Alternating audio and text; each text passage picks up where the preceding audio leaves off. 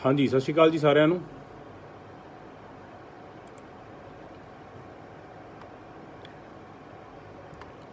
जिन्ने मित्र प्यारे हैगे साडे वो सारे जुड़ जाण, फिर आप करते हैं जी चर्चा। विशा मेरे ख्याल तुसीं सारिਆਂ ने पढ़ ही लिया होना। इस विषय पर अज आप चर्चा करांगे। एक आवाज़ दस दिओ भी सब ओके है? आवाज़ आ रही है सारिਆਂ ਨੂੰ?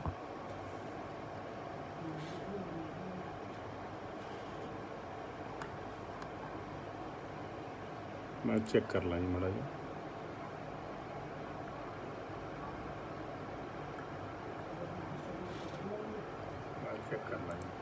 ठीक है जी।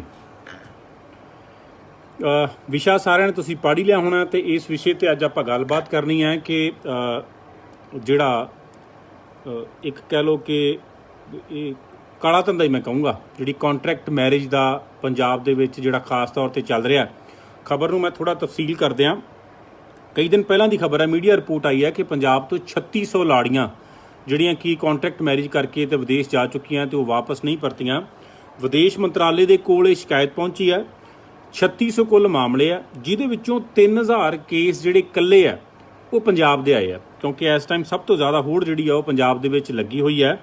इस विषय ते गलबात करनी है। तुसीं भी आपदी राय दिओ कि जिहड़ा कॉन्ट्रैक्ट मैरिज है, वेखो जिहड़ा तां जैਨੂਨ केस है, उस केस से जेकर ठगी वजदी है, कुड़ी वापस नहीं आती, वैसे तो कोई लॉ नहीं है, पंजाब पुलिस के हत्थ 'च कुछ नहीं है, ਉਹਦੇ ਨਾਲ ਆਪਾਂ ਸਿੰਪਥੀ कर सकते हैं, ਮੰਦਭਾਗਾ कह सकते कि माड़ा भाई आपदे जीवन साथी ਨੂੰ ਧੋਖਾ देना। पर ਜਿਹੜੀ कॉन्ट्रैक्ट मैरिज है, जिथे मेरे वर्गा बंदा मातड़ है ही नलायक, वो आईलैट्स कर ही नहीं सकता, वो बाहर जा ही नहीं सकता, रुपये 4 हैगे आ, उत्थे आंदे चल ठीक है यार सूत लगता है, कुड़ी दी आईलैट्स कीती है, उत्थे पैसे दे दिओ। परिवार जिहड़ा कुड़ी वाला वो भावें चंगा है भावें माड़े घर दे आ, आला ठीक है भाई 30-35 लाख रुपया लाउंदे आ ते कर दिओ। बाद च हालांकि कई थावां ते भी मामले सामने आए भी कुड़ियां दी भी बाद च नीत फिट जाती है, फिर लड़ाई के बहाने बनाए जाते हैं। हालांकि सारे केस इस तरह के नहीं है, कई थावां ते दोवें तरह भी दोषी हैगियां। पर मेरा चर्चा करने का मतलब ये है कि कॉन्ट्रैक्ट मैरिज करनी क्यों, बाद च मीडिया च आउणा, फिर पछतावा करना, फिर लोगों नूं दसना।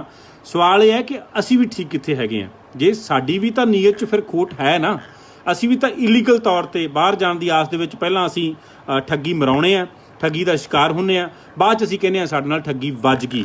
ਜਦੋਂ है ही कॉन्ट्रैक्ट मैरिज बाई जी, फिर ਉਹਦੇ 'ਚ पछतावा किस गल का, लालसा तो फिर उत्थे भी गलत हैगी है ना। कारण की है कि पहला दोवां तरह की जिहड़ी कह लो कि आपस 'च विचार नहीं रलते, वो मैंटली तौर पर प्रिपेयर ही नहीं होंगे कि असीं दोवां ने इकट्ठियां ने जिउणा है, इकट्ठियां ने जिंदगी बिताउणी है। कुड़ी दे मन 'ਚ ਇਹ ਹੁੰਦਾ ਵੀ ਇਹਨਾਂ ਨੇ पैसा खर्च किया तो मैं इन्हां दा करजा लाउणा भी भाई मुंडे नूं मैं उत्थे लैके जाना। उत्थे जिवें मैं तुहानूं पहलां कहा +2 च बंदे दी उम्र किन्नी की हुंदी है, +2 वाला बच्चा जिहड़ा ओहदी मतलब बहुत थोड़ी उम्र हुंदी है, समझ नहीं हुंदी, आपां कह लईए चलो उम्र है भी तां समझ नहीं हुंदी गी। इस करके वो जदों बाहर जांदियां उत्थे माहौल चेंज हुंदा है। तुसीं कह लो भी बंदा जेल चों रिहा होण वाली गल है, बाहरले मुल्क जाना तां पंजाब दा माहौल ते उत्थों दा माहौल जमीन असमान दा फर्क है। बच्चे की सोच वड्डी हुंदी है, ਉਹਦੀਆਂ सदरां चेंज हो जांदियां, फिर ਉਹਨੂੰ ਐਂ लगदा भी यार कित्थे मतलब ਉਹਦੇ ਨਾਲ ਤਾਂ ਮੇਰੀ ਬਣਦੀ नहीं, फिर ਉੱਥੇ ਜਾ ਕੇ ਕੁੜੀਆਂ फोन नहीं ਚੱਕਦੀਆਂ, गल नहीं करदियां, फिर ਉਹ रौला रप्पा हौली हौली ਵੱਧ ਜਾਂਦਾ। कई ਥਾਵਾਂ ਤੇ ਐਂ ਹੋਇਆ भी कॉन्ट्रैक्ट मैरिज मुंडे सीरीयस हो जाते हैं, फिर ਉਹਦੇ करके भी मसला ਜਿਹੜਾ ਵੱਧ ਜਾਂਦਾ। बहुत गिणती केस ਇਹੋ ਜਿਹਾ ਆ भी कॉन्ट्रैक्ट ਜਿਹੜੀ है ही कॉन्ट्रैक्ट मैरिज ਆ, ਉਹਦੇ 'ਚ ਫਿਰ ਕੁੜੀਆਂ ਉੱਥੇ ਜਾ ਕੇ ਮੁੱਕਰ ਜਾਂਦੀਆਂ। ਹੁਣ ਤੱਕ ਜਿਹੜੀ ਮੀਡੀਆ ਰਿਪੋर्ट आई है 150 करोड़ रुपए का ਜਿਹੜਾ ਉਹ ਚੂਨਾ ਲੱਗ ਚੁੱਕਿਆ। ਜਿਹੜੇ ਪਰਿਵਾਰ ਪੈਸਾ ਲਾਉਂਦੇ ਪਹਿਲਾਂ, ਕਈ ਤਾਂ ਇਹੋ ਜਿਹੇ ਪਰਿਵਾਰ ਵੀ ਆ ਜਿਹੜੇ ਆਈਲੈਟਸ ਕਰਵਾਉਂਦੇ ਆ, ਆਈਲੈਟਸ ਕਰਵਾਉਂਦੇ ਫਿਰ ਉਹ ਫੀਸ ਭਰਦੇ ਆ, ਉੱਥੇ ਸਿਕਿਉਰਿਟੀ ਫੀਸ ਹੁੰਦੀ ਆ, ਕਾਲਜ ਦੀ ਫੀਸ ਹੁੰਦੀ ਆ, ਕਈ ਕੁੜੀਆਂ ਉੱਥੇ ਜਾ ਕੇ ਵੀ ਖਰਚਾ ਮੰਗਵਾਉਂਦੀਆਂ ਵੀ ਸਾਨੂੰ ਪੈਸੇ ਭੇਜੋ। ਇਸ ਕਰਕੇ ਇਹ ਰੁਝਾਨ ਨੂੰ ਠੱਲ ਕਿਵੇਂ ਪਊਗੀ? ਠੱਲ ਤਾਂ ਪਊਗੀ ਜੇ ਮਾਨਸਿਕ ਤੌਰ ਤੇ ਅਸੀਂ ਇਮਾਨਦਾਰ ਹੋਵਾਂਗੇ। ਗਲਤ ਤਾਂ ਬਾਈ ਜੀ ਫਿਰ ਮੁੰਡੇ ਵਾਲੇ ਵੀ ਤਾਂ ਹੈ ਨਾ, ਕਿਉਂ ਕਰਦੇ ਹੋ ਮੁੰਡਾ ਬਾਹਰ ਭੇਜਣ ਦੇ? ਵੇਖੋ ਅੱਜ ਜਿਹੜੀਆਂ ਐਮਬੈਸੀਆਂ ਨਾ ਉਹ ਵੀਜ਼ੇ ਦੇਣ ਵਾਸਤੇ ਬੈਠੀਆਂ, ਉਹ ਵੀਜ਼ੇ ਰਿਫਿਊਜ਼ ਕਰਨ ਵਾਸਤੇ ਨਹੀਂ ਬੈਠੀਆਂ। ਬਹੁਤ ਗਿਣਤੀ ਸਾਡੇ ਬੰਦਿਆਂ ਦੇ ਦਿਮਾਗ 'ਚ ਹੁੰਦਾ ਯਾਰ ਵੀਜ਼ਾ ਰਿਫਿਊਜ਼ ਹੋ ਜਾਊਗਾ, ਉਹ ਤਾਂ ਰਿਫਿਊਜ਼ ਕਰ ਦੇਣਗੇ। ਉਹ ਯਾਰ ਐਮਬੈਸੀ ਵਾਲੇ ਦੁਸ਼ਮਣ ਥੋੜ੍ਹਾ ਤੁਹਾਡੇ। ਵੀਜ਼ਾ ਰਿਫਿਊਜ਼ ਕਿਉਂ ਹੁੰਦਾ? ਪੰਜਾਬ ਵਾਲਾ ਪਾਸਪੋਰਟ ਹੀ 2-3 ਵਾਰ 4 ਵਾਰ ਐਮਬੈਸੀ ਕਿਉਂ ਚੈੱਕ ਕਰਦੀ ਹੈ? ਸਾਡੀਆਂ ਇਹਨਾਂ ਆਦਤਾਂ ਕਰਕੇ, ਸਾਡੇ ਇਹਨਾਂ ਲੱਛਣਾਂ ਕਰਕੇ। ਜੇ ਅਸੀਂ ਪੰਜਾਬੀ ਇੰਨੇ ਹੀ ਚੰਗੇ ਸੀ ਤਾਂ ਫਿਰ ਅੱਜ ਸਾਡਾ ਹੀ ਬਾਹਰ ਜਾਣਾ ਸਭ ਤੋਂ ਔਖਾ ਕਿਉਂ ਹੋ ਗਿਆ? ਕਿਉਂਕਿ ਸਾਡੀਆਂ ਹਰਕਤਾਂ ਨੇ ਜਿਹੜੀ ਵੀਜ਼ਾ ਪਾਲਿਸੀ ਹੈ ਉਹ ਬਹੁਤ ਜ਼ਿਆਦਾ ਸਟ੍ਰਿਕਟ ਕਰ ਦਿੱਤੀ ਹੈ। ਮੈਂ ਜਿੰਨੇ ਮੁਲਕਾਂ 'ਚ ਗਿਆ ਕਿਤੇ ਇੱਕ ਅੱਧੀ ਵਾਰੀ ਮੈਂ ਏਜੰਟ ਦੀ ਹੈਲਪ ਲਈ ਆ, ਉਹ ਵੀ ਕੈਟਾਗਰੀ ਦਾ ਪਤਾ ਨਹੀਂ। ਸਾਰੇ ਵੀਜ਼ੇ ਆਪ ਅਪਲਾਈ ਕੀਤੇ ਆ ਇਸੇ ਦਫ਼ਤਰ 'ਚ ਬੈਠ ਕੇ, ਸਾਰੇ ਵੀਜ਼ੇ ਲੱਗੇ ਆ। परमात्मा की किरपा ਨਾਲ कदे रिफ्यूज़ नहीं आया। 3-4 बार मैं इंग्लैंड जा आया, 2 बार कैनेडा जाके आया, न्यूजीलैंड जाके आया, 5-6 ਵਾਰ ਆਸਟ੍ਰੇਲੀਆ ਜਾ ਕੇ ਆਇਆ, ਤੁਰਕੀ ਜਾ ਕੇ ਆਇਆ, ਦੁਬਈ ਜਾ ਕੇ ਆਇਆ। ਸਾਰੇ ਵੀਜ਼ੇ ਮੈਂ ਇੱਥੋਂ ਹੀ ਅਪਲਾਈ ਕੀਤੇ। ਇਹ ਵੀ ਨਹੀਂ ਮੇਰੇ ਖਾਤੇ 'ਚ ਬਹੁਤ ਕਰੋੜਾਂ ਰੁਪਈਆ ਪਿਆ ਹੋਇਆ ਸੀਗਾ। ਮਾਤੜ ਬੰਦੇ ਜਿਵੇਂ ਮਿਡਲ ਕਲਾਸ ਬੰਦੇ ਦੇ ਖਾਤੇ 'ਚ ਜਿੰਨੇ ਕੁ ਪੈਸੇ ਹੁੰਦੇ ਉਸ ਹਿਸਾਬ ਨਾਲ ਸੀਗਾ। ਵੀਜ਼ੇ ਲੱਗੇ। ਇਸ ਦੇ ਬਾਵਜੂਦ ਵੀਜ਼ਾ ਤੁਹਾਡੀ ਜੈਨੂਇਨਟੀ ਚੈੱਕ ਕਰਦਾ। ਜੋ ਤੁਸੀਂ ਫਰਾਡ ਕਰਦੇ ਹੋ ਨਾ, ਕਾਗਜ਼ ਝੂਠੇ ਲਾਉਣੇ ਹੋ, ਗਲਤ ਲਾਉਣੇ ਹੋ, ਤਾਂ ਵੀਜ਼ੇ ਰਿਫਿਊਜ਼ ਹੁੰਦੇ ਆ। ਇਸ ਕਰਕੇ ਜਿਹੜੀਆਂ ਆਹ ਹਰਕਤਾਂ ਅਸੀਂ ਕੰਟਰੈਕਟ ਵਾਲੀਆਂ ਕਰਦੇ ਪਏ ਹਾਂ, ਮੈਥੋਂ ਲਿਖਵਾ ਲਓ ਬਾਈ ਜੀ, ਆਉਣ ਵਾਲੇ ਸਮੇਂ 'ਚ ਇਹੋ ਜਿਹਾ ਲਾਅ ਆਊਗਾ ਕਿ ਬਾਹਰ ਜਾਣਾ ਮੁਸ਼ਕਿਲ ਹੋ ਜਾਣਾ। ਆ ਜਿਹੜਾ ਵਿਆਹਾਂ, ਜਿਹੜਾ ਜੈਨੂਨ ਆ, ਅਸੀਂ ਇਹੋ ਜਿਹੀਆਂ ਹਰਕਤਾਂ ਕਰਕੇ ਜੈਨੂਨ ਕੇਸ ਵੀ ਖਰਾਬ ਕਰਦੇ ਹਾਂ। ਸਾਡੇ ਚੱਕਰਾਂ 'ਚ ਜਿਹੜੇ ਨਜਾਇਜ਼ ਬੰਦੇ ਆ, ਜਿਹੜੇ ਆਪਦੀ ਕੈਪੇਬਿਲਿਟੀ ਤੇ ਆਪਦੀ ਯੋਗਤਾ ਦੇ ਆਧਾਰ ਤੇ ਬਾਹਰਲੇ ਮੁਲਕ 'ਚ ਜਾਂਦੇ ਆ, ਅਸੀਂ ਉਹਨਾਂ ਦਾ ਰਸਤਾ ਵੀ ਬੰਦ ਕਰੀ ਜਾਂਦੇ ਆ। ਪਹਿਲਾਂ ਵੀ ਅਸੀਂ ਝੂਠੇ ਵਿਆਹ ਕਰਾ ਕੇ ਤੇ ਉੱਥੇ ਗਏ, ਅਸੀਂ ਝੂਠੇ ਕਾਗਜ਼ ਲਾ ਕੇ ਉੱਥੇ ਗਏ, ਅਸੀਂ ਜਾ ਕੇ ਉਹ ਤੋਂ ਵਾਪਸ ਨਹੀਂ ਪਰਤੇ। ਇੱਕ ਦੌਰ ਸੀ, ਮੈਨੂੰ ਯਾਦ ਆ, ਮੇਰੇ ਦੋਸਤ ਨੇ ਕੈਨੇਡਾ, ਦੋਸਤ ਕਹਿ ਲਓ, ਅੰਕਲ ਕਹਿ ਲਓ, ਸੁਖੀ ਬਾਠ ਜਿਹੜੀ ਸਰੀ ਰਹਿੰਦੇ ਆ, ਉਹ ਦੱਸਦੇ ਸੀ। ਉਹ ਕਹਿੰਦੇ ਵੀ ਮੈਂ ਜਦੋਂ ਗਿਆ ਸੀ ਨਾ, ਤੇ ਜਿਵੇਂ ਫੋਟੋ ਆਧਾਰ ਕਾਰਡ ਤੇ ਪੁਰਾਣੇ ਜ਼ਮਾਨੇ 'ਚ ਲੱਗੀ ਹੁੰਦੀ ਹੈ 80 ਦੇ ਦੌਰ 'ਚ, ਉਹ ਕਹਿੰਦੇ ਮੇਰੀ ਇਮੀਗ੍ਰੇਸ਼ਨ ਕਰਾਉਣ ਲੱਗਾ, ਫੋਟੋ ਥੱਲੇ ਡਿੱਗ ਪਈ ਸੀ ਪਾਸਪੋਰਟ ਤੋਂ। ਕਹਿੰਦੇ ਮੈਂ ਚੱਕ ਕੇ ਫੜਾਈ, ਸਿੱਧਾ ਟਿਕਟ ਲੈ ਕੇ ਬੰਦੇ ਚੜ੍ਹ ਜਾਂਦੇ ਸੀ। ਕਿਉਂ ਸਖਤ ਹੋਇਆ? ਇਹ ਨਹੀਂ ਕਿ ਉੱਥੇ ਸਾਡੀ ਲੋੜ ਘਟ ਗਈ ਆ, ਲੋੜ ਨਹੀਂ ਘਟ ਗਈ, ਸਾਡੇ ਲੱਛਣ ਬਹੁਤ ਮਾੜੇ ਹੋ ਗਏ ਆ। ਅਸੀਂ ਉਹਨਾਂ ਅੱਜ ਚਾਈਨਾ ਨੂੰ ਕਿਉਂ ਛੋਟ ਹੈਗੀ ਆ, ਉਹਨਾਂ ਦੇ ਵੀਜ਼ੇ ਕਿਉਂ ਲੱਗੀ ਜਾਂਦੇ ਬਾਹਰਲੇ ਮੁਲਕਾਂ ਦੇ, ਪੰਜਾਬੀਆਂ ਦੇ ਜਾਂ ਭਾਰਤੀਆਂ ਦੇ ਕਿਉਂ ਨਹੀਂ ਲੱਗਦੇ? ਤਾਂ ਨਹੀਂ ਲੱਗਦੇ ਕਿਉਂਕਿ ਅਸੀਂ ਉਹਨਾਂ 'ਤੇ ਚੰਗਾ ਪ੍ਰਭਾਵ ਨਹੀਂ ਛੱਡਿਆ। ਸਾਨੂੰ ਉਹ ਘੁੰਮਣ ਵੀ ਕਿਉਂ ਨਹੀਂ ਜਾਣ ਦਿੰਦੇ? ਮੈਂ ਅਕਸਰ ਵੇਖਦਾ 100 ਕਿੱਲੇ ਵਾਲੇ ਬੰਦੇ ਇਹੋ ਜਿਹੇ ਆ ਜਿਨ੍ਹਾਂ ਦੇ ਖਾਤੇ 'ਚ ਕਰੋੜਾਂ ਰੁਪਈਆ, ਪਰ ਉਹਨਾਂ ਨੂੰ ਅਮਰੀਕਾ ਵੀਜ਼ਾ ਨਹੀਂ ਦਿੰਦਾ, ਇੰਗਲੈਂਡ ਵੀਜ਼ਾ ਨਹੀਂ ਦਿੰਦਾ। ਮੈਂ ਅਮਰੀਕਾ ਦਾ ਵੀਜ਼ਾ ਵੀ ਲੈ ਕੇ ਆਇਆ, ਪਰਮਾਤਮਾ ਦੀ ਦਇਆ ਨਾਲ। ਪਹਿਲੀ ਵਾਰ ਮੈਂ ਗਿਆ, 7 ਮਿੰਟ ਦਾ ਇੰਟਰਵਿਊ ਹੋਇਆ, ਤੁਹਾਨੂੰ ਵੀਜ਼ਾ ਦੇ ਦਿੱਤਾ। ਤੁਸੀਂ ਜੈਨੂਨ ਤਾਂ ਹੋਵੋ ਨਾ, ਤੁਹਾਡੀ ਉਹਨਾਂ ਨੇ ਜੈਨੂਇਨਟੀ ਚੈੱਕ ਕਰਨੀ ਹੈ। ਤੁਸੀਂ ਕਿਸ ਤਰ੍ਹਾਂ ਅੱਜ 100 ਕਿੱਲੇ ਵਾਲੇ ਵੀ ਤੁਰੇ ਫਿਰਦੇ ਆ, ਕਿਉਂ? ਉਹਨਾਂ ਦਾ ਕੇਸ ਵੀ ਖਰਾਬ ਕੀਤਾ ਕੁਝ ਬੰਦਿਆਂ ਨੇ, ਜਿਹੜੇ ਕਿ ਝੂਠੇ ਕਾਗਜ਼ ਲਾਉਂਦੇ ਆ, ਝੂਠ ਮਾਰ ਕੇ ਵੀ ਜਾਣਾ, ਵਾਪਸ ਨਹੀਂ ਮੁੜਨਾ। ਮੈਂ ਮੰਨਦਾ ਯਾਰ, ਬਾਹਰ ਜਾਣਾ ਅੱਜ ਲੋੜ ਬਣ ਗਈ ਹੈ, ਇੱਥੇ ਹਾਲਾਤ ਬਹੁਤੇ ਚੰਗੇ ਨਹੀਂ, ਹਰ ਬੰਦਾ ਕਹਿੰਦਾ ਇੱਥੋਂ ਕੁਇਟ ਕਰ ਜਾਈਏ, ਪਰ ਜ਼ਰੀਆ ਇਸ ਤਰ੍ਹਾਂ ਦਾ ਵੀ ਨਾ ਅਪਣਾਓ ਕਿ ਬਾਕੀਆਂ ਦਾ ਵੀ ਬੇੜਾ ਗਰਕ ਹੋ ਜੇ। Coming back to the topic, ਜਿਹੜਾ ਵਿਆਹਾਂ ਵਾਲਾ ਆਪਾਂ ਮਸਲਾ ਕੀਤਾ, ਇਹ ਜਿਹੜਾ ਕੰਮ ਆਪਾਂ ਕਰ ਰਹੇ ਆ ਨਾ, ਇਹ ਸਾਡੀਆਂ ਧੀਆਂ ਭੈਣਾਂ ਜਿਨ੍ਹਾਂ ਨੇ ਸਹੀ ਤੌਰ 'ਤੇ ਵਿਆਹ ਕਰਵਾਉਣੇ ਆ, ਕੱਲ੍ਹ ਨੂੰ ਆਪਦੇ ਘਰ ਵਾਲੇ ਲੈ ਕੇ ਜਾਣੇ ਆ, ਜਿਨ੍ਹਾਂ ਨੇ ਆਪਦੇ ਪਰਿਵਾਰਾਂ ਨੂੰ ਲੈ ਕੇ ਜਾਣਾ, ਅਸੀਂ ਉਹਨਾਂ ਦੇ ਰਸਤੇ ਬੰਦ ਕਰ ਰਹੇ ਹਾਂ। ਮੇਰੀ ਬੇਨਤੀ ਹੈ ਕਿ ਇਹ ਕੰਮ ਨੂੰ ਠੱਲ ਪੈਣੀ ਚਾਹੀਦੀ ਆ। ਆਪੋਜ਼ਿਟ ਡੌਰੀ ਸਿਸਟਮ ਸ਼ੁਰੂ ਹੋ ਗਿਆ, ਨੋ ਡਾਊਟ ਕੁੜੀਆਂ ਦੀ ਕਦਰ ਵੀ ਪੈ ਗਈ ਆ ਇਸ ਗੱਲ ਕਰਕੇ, ਪਰ ਇਹ ਵੀ ਗੁਜ਼ਾਰਿਸ਼ ਹੈ ਮੇਰੀ ਉਹਨਾਂ ਭੈਣਾਂ ਨੂੰ ਕਿ ਜੇ ਕੋਈ ਮਾਂ-ਬਾਪ ਪੈਸਾ ਲਾਉਂਦਾ ਕਿਸੇ ਮੁੰਡੇ ਦਾ ਮਾਂ ਪਿਓ, ਤਾਂ ਉਹਨਾਂ ਦੇ ਪੈਸੇ ਦਾ ਮੁੱਲ ਫਿਰ ਮੁੜਨਾ ਚਾਹੀਦਾ। ਕੰਟਰੈਕਟ ਮੈਰਿਜ ਦੇ ਮੈਂ ਹੱਕ 'ਚ ਨਹੀਂ ਹੈਗਾ, ਪਹਿਲਾਂ ਮੈਂ ਤਾਂ ਇਹਦੇ 100% ਹੀ ਖਿਲਾਫ ਹਾਂ। ਮੈਂ ਕਹਿੰਦਾ ਜੈਨੂਨ ਵਿਆਹ ਹੋਣੇ ਚਾਹੀਦੇ ਆ, ਸਹਿਮਤੀ ਨਾਲ, ਦੋਵਾਂ ਧਿਰਾਂ ਦੀ, ਕੁੜੀ ਤੇ ਮੁੰਡੇ ਦੀ ਸਹਿਮਤੀ ਦੇ ਨਾਲ, ਵੀ ਭਾਈ ਇਹ ਅਸਲ ਮੈਰਿਜ ਹੋਊਗੀ। ਕੰਟਰੈਕਟ ਮੈਰਿਜ 'ਚ ਜੇ ਠੱਗੀ ਵੱਜਦੀ ਆ, ਮੈਂ ਸ਼ਰੇਆਮ ਕਹਿਣਾ ਪਿਆ ਲਾਈਵ ਤੇ, ਆਪਾਂ ਨੂੰ 5 ਪੈਸੇ ਸਿੰਪਤੀ ਨਹੀਂ ਇਸ ਗੱਲ ਦੇ ਨਾਲ। ਕਿਉਂ ਯਾਰ, ਇਹ ਕੀ ਗੱਲ ਹੋਇਆ? ਇਹ ਦੋਵਾਂ ਧਿਰਾਂ ਨੂੰ ਇਸ ਮਸਲੇ ਤੇ ਸ਼ਰਮ ਕਰਨੀ ਚਾਹੀਦੀ ਆ। ਕਾਹਤੋਂ ਕਰਦੇ ਹੋ ਯਾਰ? ਕਦੀ ਇਹ ਸੌਦੇਬਾਜ਼ੀਆਂ ਵੀ ਹੋਈਆਂ, ਕਦੀ ਰਿਸ਼ਤਿਆਂ 'ਚ ਵੀ ਸੌਦੇਬਾਜ਼ੀਆਂ ਹੋਈਆਂ। ਹੁੰਦਾ ਕੀ, ਉੱਥੇ ਜਾ ਵੜਦੇ, ਮੁੜ ਕੇ ਇੱਥੇ ਕੰਪਲੇਂਟਾਂ ਦੇਈ ਜਾਂਦੇ, ਕੰਪਲੇਂਟਸ ਕਰਦੇ ਆ, ਪੰਜਾਬ ਪੁਲਿਸ FIR ਦਰਜ ਕਰ ਲੈਂਦੀ। ਪੰਜਾਬ ਪੁਲਿਸ ਤੇ ਬਾਈ ਜੀ ਕੁਛ ਵਾਸੀ ਹੈ ਨਹੀਂ।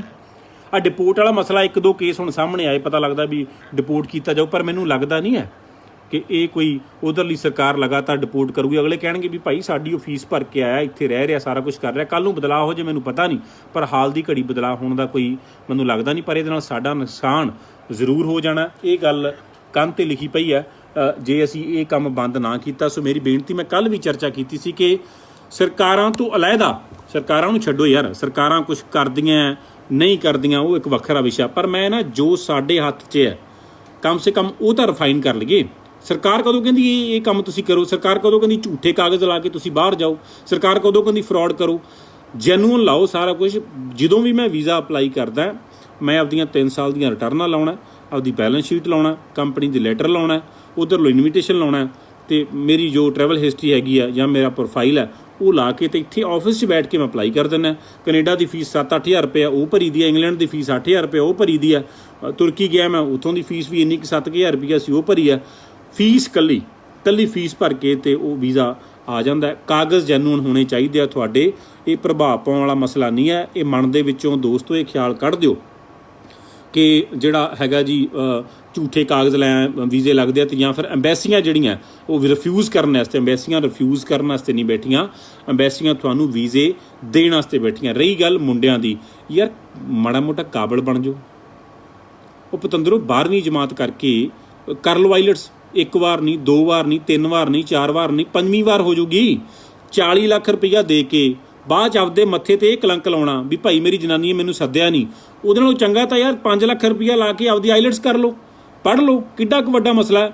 ਮਤਲਬ ਦਿਮਾਗ ਲਾਉਣ ਦੀ ਬਜਾਏ ਪੈਸਾ ਲਾਉਣਾ ਤੁਸੀਂ ਜ਼ਿਆਦਾ ਬਿਹਤਰ ਸਮਝਦੇ ਹੋ, ਇਹ ਮਾੜੀ ਗੱਲ ਹੈ। ਉਸ ਤੋਂ ਬਾਅਦ ਫਿਰ ਮੈਂ ਕੋਈ ਚੰਗਾ ਰੁਝਾਨ ਨਹੀਂ ਸਮਝਦਾ ਮੀਡੀਆ 'ਚ ਆ ਕੇ ਸਾਰੀਆਂ ਚੀਜ਼ਾਂ ਕਰਨੀਆਂ। ਪਰਿਵਾਰਾਂ ਦੀ ਇੱਜ਼ਤ ਵੀ ਮਿੱਟੀ ਹੁੰਦੀ ਹੈ, ਬੇਇੱਜ਼ਤੀ ਵੱਖਰੀ ਹੁੰਦੀ ਹੈ, ਕਈ ਵਿਚਾਰੇ ਆਪਣੀ ਜਾਨ ਵੀ ਗਵਾ ਰਹੇ ਆ। ਇਸ ਕਰਕੇ ਮੈਂ ਕਹਿੰਦਾ ਬਾਅਦ ਦੀ ਜਲਾਲਤ ਦੇ ਨਾਲੋਂ ਪਹਿਲਾਂ ਦੀ ਮਿਹਨਤ ਕੀਤੀ ਚੰਗੀ ਹੈ। ਇਸ ਕਰਕੇ ਮਿਹਨਤ ਕਰੋ। ਇਸ ਤਰ੍ਹਾਂ ਦਾ ਕੰਮ ਆਪਾਂ ਪੰਜਾਬੀ ਕਰਦੇ ਸ਼ੋਭਾ ਨਹੀਂ ਦਿੰਦੇ। ਸਾਡਾ ਕਲਚਰ ਬਹੁਤ ਅਮੀਰ ਹੈ, ਸਾਡਾ ਵਿਰਸਾ ਬਹੁਤ ਅਮੀਰ ਹੈ। ਅਸੀਂ ਗੋਰਿਆਂ ਵਾਲੇ ਕੰਮਾਂ 'ਤੇ ਨਾ ਆਈਏ। ਸਾਡਾ ਤਾਂ ਸਾਡੀ ਤਾਂ USP ਇਹ ਹੈ ਕਿ ਅਸੀਂ ਹੁਣ ਜੇ ਝੂਠੇ ਰਿਸ਼ਤੇ ਅਸੀਂ ਕਰਨ ਲੱਗ ਪਏ, ਅਸੀਂ ਭੈਣਾਂ ਨਾਲ ਵਿਆਹ ਕਰਾ ਕੇ ਜਾਣ ਲੱਗ ਪਏ ਬਾਹਰ ਦੀ ਖਾਤਰ, ਵਿੱਚੋਂ ਜੇ ਕਈ ਕੇਸ ਇਹੋ ਜਿਹੇ ਵੀ ਸਾਹਮਣੇ ਆਏ ਆ, ਇਹ ਬਹੁਤ ਮੰਦਭਾਗਾ। ਇਹ ਸਾਡੇ ਮੱਥੇ ਤੇ ਬਹੁਤ ਵੱਡਾ ਕਲੰਕ ਹੈ। ਇਹਨੂੰ ਸਰਕਾਰਾਂ ਨੇ ਨਹੀਂ ਲਾਉਣਾ ਤੇ ਇਹ ਸਾਡੇ ਵੱਸ 'ਚ ਹੀ ਹੈ। ਇਸ ਕਰਕੇ ਇਹਨਾਂ ਚੀਜ਼ਾਂ ਤੋਂ ਅਸੀਂ ਗੁਰੇਜ਼ ਕਰੀਏ ਤੇ ਇਹ ਡਿਸਕਸ ਕਰੋ। ਕਈ ਚੋਰੀਆਂ ਕਰਦੇ ਆ, ਰਿਸ਼ਤਾ ਕਰਨ ਲੱਗਾ ਚੋਰੀ ਕਰੀ ਜਾਣਗੇ ਵੀ ਨਾ ਭਾਈ ਸਾਡਾ ਮੁੰਡਾ ਤੁਹਾਨੂੰ ਕੱਲ੍ਹ ਹੀ ਕੈਨੇਡਾ ਜਾਂ ਇੰਗਲੈਂਡ ਪਹੁੰਚਿਆ ਪਿਆ। ਰੌਲਾ ਪਾਓ ਯਾਰ, ਉਸ ਗੱਲ ਦਾ ਵੈਰੀਫਾਈ ਕਰੋ, ਰਿਸ਼ਤੇਦਾਰਾਂ ਨਾਲ ਗੱਲਬਾਤ ਕਰੋ। ਔਰ ਇਹ ਕੰਟਰੈਕਟ ਮੈਰਿਜ ਜਿਹੜੀ ਹੈਗੀ ਆ ਇਹਨੂੰ ਬੰਦ ਕਰਨਾ ਚਾਹੀਦਾ। ਮੇਰਾ ਨਿੱਜੀ ਤੌਰ 'ਤੇ ਮੰਨਣਾ। ਤੁਸੀਂ ਵੀ ਕਮੈਂਟ ਕਰਕੇ ਤੁਹਾਡੀ ਕੀ ਰਾਏ ਹੈਗੀ ਆ, ਤੁਸੀਂ ਵੀ ਵਿਚਾਰ ਸਾਂਝੇ ਕਰੋ। ਤਾਂ ਮੈਂ ਇੱਕ ਖਬਰ ਤੁਹਾਡੇ ਨਾਲ ਹੁਣੇ ਸਾਂਝੀ ਕੀਤੀ ਹੈ ਕਿ ਮੀਡੀਆ ਰਿਪੋਰਟ ਆਈ ਹੈ ਕਿ ਜਿਹੜਾ 3600 ਕੁੜੀਆਂ ਹੁਣ ਤੱਕ ਜਿਹੜੀਆਂ ਉਹ ਵਾਪਸ ਲਾੜੀਆਂ ਨਹੀਂ ਮੁੜੀਆਂ। 3000 ਉਹਦੇ ਵਿੱਚੋਂ ਇਕੱਲੇ ਪੰਜਾਬ ਦੀਆਂ ਹੈਗੀਆਂ ਤੇ 150 ਕਰੋੜ ਰੁਪਇਆ ਮਾਂ-ਬਾਪ ਲਾ ਚੁੱਕੇ ਆ। ਕੋਈ ਸਫੈਦੇ ਵੇਚ ਕੇ ਭੇਜਦਾ, ਕੋਈ ਇੰਜਣ ਵੇਚਦਾ ਪਿਆ, ਕੋਈ ਕੁਛ ਕਰਦਾ। ਇਹ ਬੇਹੱਦ ਮੰਦਭਾਗਾ ਹੈਗਾ। ਇਸ ਕਰਕੇ ਮੇਰੀ ਬੇਨਤੀ ਹੈ ਵੀ ਇਹ ਕੰਮ ਜਿਹੜੇ ਆ ਇਹਨਾਂ ਨੂੰ ਬੰਦ ਕਰਨਾ ਚਾਹੀਦਾ। ਜੇ ਤੁਸੀਂ ਮੇਰੀ ਗੱਲ ਨਾਲ ਸਹਿਮਤ ਹੋ ਤਾਂ ਪਲੀਜ਼ ਮੈਂ ਤੁਹਾਨੂੰ ਰਿਕੁਐਸਟ ਕਰੂੰਗਾ ਕਿ ਤੁਸੀਂ ਵੀ ਆਪਣੇ ਜਿਹੜੇ ਵਿਚਾਰ ਆ ਉਹ ਜ਼ਰੂਰ ਦਿਓ ਔਰ ਤੁਹਾਡਾ ਕੀ ਕਹਿਣਾ ਇਸ ਮਸਲੇ 'ਤੇ। ਨਵਜੋਤ ਸੈਣੀ, ਧਰੁਵ ਜੈਨ, ਕਸ਼ਮੀਰ ਸਿੱਧੂ, ਜਸਵਿੰਦਰ ਸਿੰਘ ਮਾਨ। ਹਾਂ, ਮੈਂ ਆਸਟ੍ਰੇਲੀਆ ਦਾ ਜ਼ਿਕਰ ਕਰਨਾ ਚਾਹੂੰਗਾ। ਮੈਂ ਖੁਦ ਆਸਟ੍ਰੇਲੀਆ ਜਾ ਕੇ ਵੀ, ਹਾਲਾਂਕਿ ਮੈਂ ਕਹਿੰਦਾ ਸਾਰੇ ਕੇਸ ਇਸ ਤਰ੍ਹਾਂ ਦੇ ਨਹੀਂ ਹੈ। ਬਹੁਤ ਸਾਰੀਆਂ ਜਿਹੜੀਆਂ ਸਾਡੀਆਂ ਭੈਣਾਂ ਇਹੋ ਜਿਹੀਆਂ ਵੀ ਹੈ ਜਿਨ੍ਹਾਂ ਨੇ ਪੂਰਾ ਪਰਿਵਾਰ ਲਿਜਾ ਕੇ ਵੀ ਉੱਥੇ ਸੈੱਟ ਕੀਤਾ। ਪਰ ਕਈ ਕੇਸ ਮੈਂ ਆਪਦੀ ਅੱਖੀਂ ਵੀ ਉੱਥੇ ਵੇਖ ਕੇ ਆਇਆ ਕਿ ਕੁੜੀਆਂ ਨੇ ਉੱਥੇ ਜਾ ਕੇ ਮਨ ਬਦਲਿਆ। ਉਹਨਾਂ ਨੇ ਮੁੰਡਿਆਂ ਦੇ ਵੀਜ਼ੇ ਰਿਫਿਊਜ਼ ਕਰਵਾ ਦਿੱਤੇ, ਉਹਨਾਂ ਨੂੰ ਕਾਗਜ਼ ਗਲਤ ਭੇਜ ਦਿੱਤੇ। ਕਿਉਂਕਿ ਮੈਂ ਸ਼ਰੇਆਮ ਕਹਿੰਦਾ ਵੀ ਉਹ ਮਾਤੜ ਬੰਦਾ ਭੋਲਾ ਹੀ ਹੋਊਗਾ ਜਿਹੜਾ ਇੰਨੇ ਪੈਸੇ ਲਾਉਂਦਾ ਤੇ ਉਹ ਸਮਝ ਹੁੰਦੀ ਨਹੀਂ। ਉੱਥੋਂ ਫਿਰ ਵੀਜ਼ੇ ਰਿਫਿਊਜ਼ ਹੋ ਜਾਂਦੇ ਆ, ਕੱਲ੍ਹ ਨੂੰ ਡਾਕੂਮੈਂਟੇਸ਼ਨ ਗਲਤ ਹੋ ਜਾਂਦੀ ਆ ਤੇ ਮੁੰਡਾ ਇੱਥੇ ਬੈਠਾ ਮੁੜ ਕੇ ਉਡੀਕਦਾ ਰਹਿੰਦਾ। ਹੁਣ ਤੋਂ ਪਹਿਲਾਂ ਇਹ ਰੁਝਾਨ ਸੀ ਕਿ ਕੁੜੀਆਂ ਉਡੀਕਦੀਆਂ ਸੀਗੀਆਂ ਕਿ ਮੁੰਡਾ ਲੈ ਕੇ ਨਹੀਂ ਗਿਆ। ਹੁਣ ਆਪੋਜ਼ਿਟ ਹੋ ਗਿਆ ਕਿ ਮੁੰਡੇ ਉਡੀਕਦੇ ਆ, ਕੁੜੀ ਲੈ ਕੇ ਨਹੀਂ ਜਾਂਦੀ। ਤੇ ਇਹ ਮੁੰਡਿਆਂ ਦੀ ਨਲਾਇਕੀ ਹੈ, ਮੁੰਡਿਆਂ ਦੀ ਨਾਲਾਇਕੀ ਕਰਕੇ ਇਹ ਸਾਰਾ ਕੁਝ ਹੋ ਰਿਹਾ। ਸਿਰਫ ਆਈਲੈਟਸ ਦੇ ਚੱਕਰ 'ਚ ਪਿਓ ਦੇ ਪੁੱਤੋ ਤੁਸੀਂ 40-40 ਲੱਖ ਰੁਪਈਆ ਮਾਂ-ਬਾਪ ਦਾ ਬਰਬਾਦ ਕਰਦੇ ਹੋ ਤੇ ਉਹ ਵੀ ਬਾਅਦ 'ਚ ਰੋਲਦੇ ਆ ਤੇ ਫਿਰ ਇੱਜ਼ਤ ਜਿਹੜੀ ਆ ਉਹ ਵੱਖਰੇ ਤੌਰ 'ਤੇ ਤੁਹਾਡੀ ਜਿਹੜੀ ਆ ਉਹ ਮਿੱਟੀ ਹੁੰਦੀ ਆ। ਜੱਸਾ ਸੈਣੀ ਬਾਈ ਸੁਖ ਮਠਾੜੂ, ਚਿੰਟੂ ਅਰੋੜਾ ਬਾਈ, ਮਨਜਿੰਦਰਜੀਤ ਸਿੰਘ ਔਲਖ, ਹਰਪ੍ਰੀਤ ਸਿੰਘ ਗੋਲਾ ਸੋਢੀ ਜੀ, ਸਾਰੇ ਬਾਈ ਜੀ ਜੁੜੇ ਹੋਏ ਆ। ਮਣੀ ਮੁਕਤਸਰ ਤੋਂ ਬਾਈ ਕਮਲਪ੍ਰੀਤ ਸਿੰਘ ਪੰਧੇਰ, ਪਿੱਪਲ ਸੰਧੂ ਬਾਈ ਜੀ ਔਰ ਡਾਕਟਰ BS ਔਲਖ, ਆਸ਼ੂਤੋਸ਼ ਤਿਵਾੜੀ, ਮਨਪ੍ਰੀਤ ਸਿੰਘ ਇਹ ਜੁੜੇ ਹੋਏ ਆ। ਸਨੀ ਸਿੱਧੂ ਬਾਈ ਚਰਨਜੀਤ ਰੰਧਾਵਾ, ਕਰਮਜੀਤ ਸਿੰਘ ਬੱਬੂ, ਤੇਜਵੀਰ ਸਿੰਘ, ਜੱਸਾ ਸੈਣੀ, ਨਵਜੋਤ ਸੈਣੀ, ਧਰੁਵ ਜੈਨ, ਕਸ਼ਮੀਰ ਸਿੱਧੂ, ਜਸਵਿੰਦਰ ਮਾਨ, ਸੰਧੂ ਸਾਹਿਬ, ਸਾਰੇ ਦੋਸਤ ਮੇਰੇ ਮਿੱਤਰ, ਪ੍ਰਕਾਸ਼ ਬਾਈ, ਤੇਜਵੀਰ ਸਿੰਘ ਔਰ ਗੁਰਪ੍ਰੀਤ ਬਾਦਲ, ਬਿਲਕੁਲ ਸਾਰੇ ਜਿਹੜੇ ਤੁਸੀਂ ਲਗਭਗ ਸਹਿਮਤ ਨਜ਼ਰ ਆਉਂਦੇ ਹੋ। ਤੁਹਾਡਾ ਵੀ ਕੀ ਤਰਕ ਹੈ, ਤੁਹਾਡਾ ਕੀ ਮਸ਼ਵਰਾ? ਮੈਂ ਚਾਹੂੰਗਾ ਕਿ ਤੁਸੀਂ ਵੀ ਜਿਹੜਾ ਉਹ ਸਾਂਝਾ ਲਾਜ਼ਮੀ ਕਰੋ। ਔਰ ਇਹ ਬੜਾ ਬੇਹੱਦ ਗੰਭੀਰ ਮਸਲਾ ਹੈ। ਇਹ ਜ਼ਮੀਰਾਂ ਮਰੀਆਂ ਵਾਲਾ ਕੰਮ ਆਪਾਂ ਨਾ ਕਰੀਏ, ਇਹਨੂੰ ਬੰਦ ਕਰ ਦਈਏ। ਬਹੁਤ ਸਾਰੇ ਦੋਸਤ ਵੀ ਇਹ ਗੱਲ ਕਹਿ ਰਹੇ ਆ, ਇਹ ਬੇਹੱਦ ਮੰਦਭਾਗਾ ਹੈਗਾ। ਮੁੰਡਿਓ ਯਾਰ ਕਾਬਲ ਬਣ ਜਾਓ, ਇੱਦਾਂ ਦੇ ਕੰਮ ਨਾ ਕਰੋ ਕਿ ਤੁਹਾਨੂੰ ਕੱਲੀ ਆਈਲੈਟਸ ਦੀ ਖਾਤਰ ਇੰਨੇ ਪੈਸੇ ਲਾਉਣੇ ਪੈਣ। ਤੁਸੀਂ ਆਪ ਆਈਲੈਟਸ ਕਰਕੇ ਤੇ ਕਰੋ। ਮਤਲਬ ਇਹ ਮੰਦਭਾਗਾ। ਜੇ ਕਰਨਾ ਤਾਂ ਫਿਰ ਸੱਚਾ ਵਿਆਹ ਕਰੋ, ਕੰਟਰੈਕਟ ਤੁਸੀਂ ਮੈਰਿਜ ਨਾ ਕਰੋ, ਪਹਿਲਾਂ ਹੀ ਸੱਚਾ ਵਿਆਹ ਕਰੋ। ਔਰ ਜੇ ਤੁਸੀਂ ਕਰ ਰਹੇ ਹੋ ਤਾਂ ਫਿਰ ਮੈਂਟਲੀ ਪ੍ਰਪੇਅਰ ਹੋ ਕੇ ਚੱਲੋ ਵੀ ਕੱਲ੍ਹ ਨੂੰ ਭਾਈ ਠੱਗੀ ਵੀ ਇਸ ਤਰ੍ਹਾਂ ਦੀ ਵੱਜ ਸਕਦੀ ਹੈ। ਕਿਉਂਕਿ ਦੇਖੋ ਬਦਨਾਮੀ ਸਾਡੀ ਦੋਵਾਂ ਪਾਸਿਓਂ ਹੈ। ਜੇ ਕੁੜੀ ਨਹੀਂ ਸੱਦ ਰਹੀ ਤਾਂ ਉਹ ਵੀ ਸਾਡੇ ਪੰਜਾਬ ਦੀ ਧੀ ਹੈ। ਜੇ ਮੁੰਡਾ ਨਹੀਂ ਜਾ ਰਿਹਾ, ਪੈਸੇ ਠੱਗੀ ਵੱਜ ਗਈ, ਗੱਲ ਤਾਂ ਉੱਥੇ ਹੀ ਹੈ। ਬਦਨਾਮੀ ਦੋਵੇਂ ਪਾਸਿਓਂ ਪੰਜਾਬ ਦੀ ਹੈ, ਦੋਵੇਂ ਪਾਸਿਓਂ ਮਤਲਬ ਬਦਨਾਮੀ ਪੰਜਾਬ ਦੀ ਹੈਗੀ ਆ। ਚਾਹੇ ਕੁੜੀ ਠੱਗੀ ਮਾਰਦੀ ਹੈ, ਚਾਹੇ ਮੁੰਡਾ ਠੱਗੀ ਮਾਰਦਾ। ਤੁਸੀਂ ਇਹ ਦੇਖੋ ਨਾ, ਜਦੋਂ ਡਾਇਸਪੋਰਾ 'ਚ ਖਬਰਾਂ ਜਾਂਦੀਆਂ, ਜਦੋਂ ਇਹ ਖਬਰਾਂ ਇੰਟਰਨੈਸ਼ਨਲ ਮੀਡੀਆ 'ਚ ਜਾਣਗੀਆਂ, ਤੁਸੀਂ ਆਪ ਸੋਚੋ ਯਾਰ ਸਾਡੀ ਇਮੇਜ ਕਿੱਧਰ ਨੂੰ ਜਾਊਗੀ। ਇਹ ਪੂਰੇ ਪੰਜਾਬੀਆਂ ਦਾ ਨੁਕਸਾਨ ਹੋਣਾ। ਕਿਉਂਕਿ ਮੰਨ ਲਓ ਇੱਕ ਇਮੀਗ੍ਰੇਸ਼ਨ ਵਾਲੇ ਅਫਸਰ ਨੇ ਖਬਰ ਪੜ੍ਹੀ ਆ, ਹੁਣ ਤਾਂ ਸਾਡੇ ਹੀ ਉੱਥੇ ਬੰਦੇ ਬੈਠੇ ਆ ਧਿਆਨ 'ਚ ਲਿਆਉਣ ਵਾਲੇ। ਪੰਜਾਬ ਦੀ ਪੁਲਿਸ ਦੇ, ਪੰਜਾਬ ਦੇ ਬੰਦੇ ਉੱਥੇ ਪੁਲਿਸ 'ਚ ਹੈਗੇ ਆ। ਮੈਂ ਇੰਟਰਵਿਊ ਵੀ ਕਰਕੇ ਆਇਆ ਕੈਨੇਡਾ ਜਾ ਕੇ। ਅਤੇ ਯਾਰ ਉੱਥੇ ਜਦੋਂ ਇਨਫੋਰਮੇਸ਼ਨ ਦੇਣਗੇ ਪੰਜਾਬ ਵਾਲਾ ਹਿਸਾਬ ਥੋੜ੍ਹਾ ਵੀ ਪੰਜਾਬੀ ਬੰਦਾ ਕਹੂਗਾ ਨਹੀਂ ਇਹ ਪੰਜਾਬੀਆਂ ਦੀ ਖਬਰ ਹੈ ਮੈਂ ਨਹੀਂ ਦੱਸਣੀ। ਉੱਥੇ ਪੰਜਾਬੀ ਬੰਦੇ ਪੰਜਾਬੀਆਂ ਦੀ ਇਨਵੈਸਟੀਗੇਸ਼ਨ ਕਰਦੇ ਆ ਅਤੇ ਬਿਲਕੁਲ ਫੈਸਲਾ ਨਿਊਟਰਲ ਹੋ ਕੇ ਕਰਦੇ ਆ। ਇਸ ਕਰਕੇ ਜਦੋਂ ਉਹਨਾਂ ਕੋਲੇ ਖਬਰ ਜਾਊਗੀ ਤੁਸੀਂ ਆਪ ਦੱਸੋ ਯਾਰ ਸਾਡੀ ਧਾਰਨਾ ਕੀ ਬਣੂਗੀ, ਸਾਡੀ ਇਮੇਜ ਉੱਥੇ ਕੀ ਬਣੂਗੀ, ਕਿੰਨਾ ਨੁਕਸਾਨ ਹੋਊਗਾ। ਇਸ ਕਰਕੇ ਮੇਰੀ ਬੇਨਤੀ ਹੈ ਕਿ ਆਪਾਂ ਇਹ ਸੁਧਾਰ ਕਰੀਏ। ਰਿਸ਼ਤੇਦਾਰ, ਮਿੱਤਰ, ਗਲੀ ਗੁਆਂਢ, ਆਂਢ ਗੁਆਂਢ ਜਿਹੜੇ ਵੀ ਤੁਹਾਡੇ ਦੋਸਤ ਮਿੱਤਰ ਨੇ, ਤੁਸੀਂ ਵੀ ਕੋਸ਼ਿਸ਼ ਕਰੋ ਕਿ ਉਹਨਾਂ ਦੀ ਕਾਉਂਸਲਿੰਗ ਕਰੋ। ਪਹਿਲਾਂ ਇਹ ਰੁਝਾਨ ਦੁਆਬੇ 'ਚ ਸੀ, ਹੁਣ ਮਾਲਵੇ 'ਚ ਬਹੁਤ ਚੱਲ ਪਿਆ ਅਤੇ ਮਾਲਵੇ ਵਾਲਿਆਂ ਨੂੰ ਵੀ ਮੇਰੀ ਬੇਨਤੀ ਹੈ ਵੀ ਇਹਨੂੰ ਆਪਾਂ ਠੱਲ ਪਾਈਏ। ਇੱਦਾਂ ਦਾ ਕੰਮ ਨਾ ਕਰੀਏ। 30-40 ਲੱਖ ਰੁਪਈਆ ਲਾ ਕੇ ਬਾਹਰ ਜਾਣ ਨਾਲੋਂ ਚੰਗਾ ਕਰਜ਼ਾ ਚੱਕ ਕੇ ਕਿ ਯਾਰ ਇੱਥੇ 30-40 ਲੱਖ ਰੁਪਈਏ ਨਾਲ ਗੱਡੀ ਠੀਕ ਚੱਲ ਜਾਂਦੀ ਹੈ, ਇੰਨਾ ਪੈਸਾ ਤੁਸੀਂ ਜਿਹੜਾ ਇਨਵੈਸਟ ਕਰਦੇ ਹੋ। ਤਪਿੰਦਰਜੀਤ ਸਿੰਘ ਮੱਕੜ ਬਾਈ ਕਹਿੰਦੇ ਹੈ ਕਿ ਸਾਨੂੰ ਆਪ ਲੋਕਾਂ ਨੂੰ ਇੰਨੇ ਪੜ੍ਹੇ ਲਿਖੇ ਹੋਣਾ ਚਾਹੀਦਾ ਹੈ ਕਿ ਆਈਲੈਟਸ ਨਾ ਹੋਣ ਕਰਕੇ ਤੁਸੀਂ ਆਪ ਵਿਆਹ ਕਰਵਾ ਰਹੇ ਹੋ। ਬਿਲਕੁਲ ਬਾਈ, ਬਹੁਤ ਗਿਣਤੀ ਕੇਸ ਇਹੋ ਜਿਹੇ ਆ, ਕਈ ਚਲੋ ਹੈਗੇ ਆ ਮੁੰਡੇ ਜਿਹੜੇ ਕੋਈ ਹੋਰ ਇਸ਼ੂ ਹੋਣਗੇ, ਕੋਈ ਇੱਕਾ ਦੁੱਕਾ, ਪਰ ਬਹੁਤ ਗਿਣਤੀ ਕੇਸ, ਕਿਉਂਕਿ ਜੇ +2 ਪਾਸ ਕੁੜੀ ਦੇ ਨਾਲ ਮੈਰਿਜ ਹੋ ਰਹੀ ਆ ਤਾਂ ਸੁਭਾਵਿਕ ਹੈ ਫਿਰ ਮੁੰਡੇ ਦੀ ਉਮਰ ਵੀ ਤਾਂ ਉਨੀ ਕੁ ਹੋਊਗੀ ਨਾ। ਕੋਈ ਇਹ ਤਾਂ ਹੈ ਨਹੀਂ ਮੁੰਡੇ ਦੀ ਉਮਰ ਬਹੁਤ ਹੀ ਹੋਊਗੀ। ਹਾਲਾਂਕਿ ਕਈ ਮੁੰਡੇ ਤਾਂ ਮਗਰੋਂ ਸਟੱਡੀ ਕਰੀ ਜਾਂਦੇ ਹੁੰਦੇ ਆ, ਉਹ ਸਪਾਊਸ ਵੀਜ਼ੇ 'ਤੇ ਜਾਣਾ ਚਾਹੁੰਦੇ ਆ। ਇਸ ਕਰਕੇ ਇਹ ਰੁਝਾਨ ਬੰਦ ਕਰੋ। ਤੁਸੀਂ ਆਪ ਕੈਪੇਬਲ ਬਣ ਜਾਓ ਅਤੇ ਜਾਂ ਫਿਰ ਸੱਚਾ ਸੁੱਚਾ ਵਿਆਹ ਕਰਾਓ, ਉਹ ਮੱਚ ਬੈਟਰ ਹੈ। ਪਹਿਲਾਂ ਹੀ ਗੱਲ ਕਰ ਲਓ ਖੋਲ੍ਹ ਕੇ ਵੀ ਭਾਈ ਵਿਆਹ ਕਰਾਉਣਾ ਸਾਰਾ ਸਿਸਟਮ ਹੈ। ਅਤੇ ਇਸ ਤਰ੍ਹਾਂ ਜਿਹੜੇ ਤਾਂ ਮੈਂ ਫਿਰ ਕਹਿ ਰਿਹਾ, ਜਿਹੜੇ ਸੱਚੇ ਵਿਆਹਾਂ 'ਚ ਜਿਹੜੀ ਧੋਖਾਧੜੀ ਹੋ ਰਹੀ ਆ ਉਹ ਕੁੜੀਆਂ ਦੇ ਲਈ ਵੀ ਅਤੇ ਮੁੰਡਿਆਂ ਦੇ ਲਈ, ਦੋਵਾਂ ਦੇ ਲਈ ਬਹੁਤ ਮੰਦਭਾਗਾ ਜੇ ਉਹ ਆਪਣੇ ਜੀਵਨ ਸਾਥੀਆਂ ਨੂੰ ਉੱਥੇ ਨਹੀਂ ਬੁਲਾਉਂਦੇ ਤਾਂ। ਪਰ ਜਿਹੜੇ ਕੰਟਰੈਕਟ ਜਿਹੜੀ ਮੈਰਿਜ ਆ ਉਹਦੇ 'ਚ ਇਹ ਹੋ ਰਿਹਾ ਤਾਂ ਫਿਰ ਇਹਦੇ 'ਚ ਕੋਈ ਹਮਦਰਦੀ ਵਾਲੀ ਗੱਲ ਨਹੀਂ ਹੈਗੀ ਬਾਈ ਉਹਨਾਂ ਨਾਲ। ਫਿਰ ਇਹ ਜੋ ਹੋ ਰਿਹਾ ਉਹ ਆਪਦੀ ਕੀਤੀ ਦੀ ਸਜ਼ਾ ਭੁਗਤ ਰਹੇ ਆ। ਇਸ ਕਰਕੇ ਬਾਅਦ 'ਚ ਮੀਡੀਆ 'ਚ ਆ ਕੇ ਆਪਦਾ ਜਲੂਸ ਕਢਾਉਣ ਦੇ ਨਾਲੋਂ ਮੈਂ ਕਹਿੰਦਾ ਕਿ ਇਹ ਮੱਚ ਬੈਟਰ ਹੈ ਕਿ ਤੁਸੀਂ ਪਹਿਲਾਂ ਹੀ ਬੋਝ ਕੇ ਕਦਮ ਜਿਹੜੇ ਉਹ ਧਰੋ।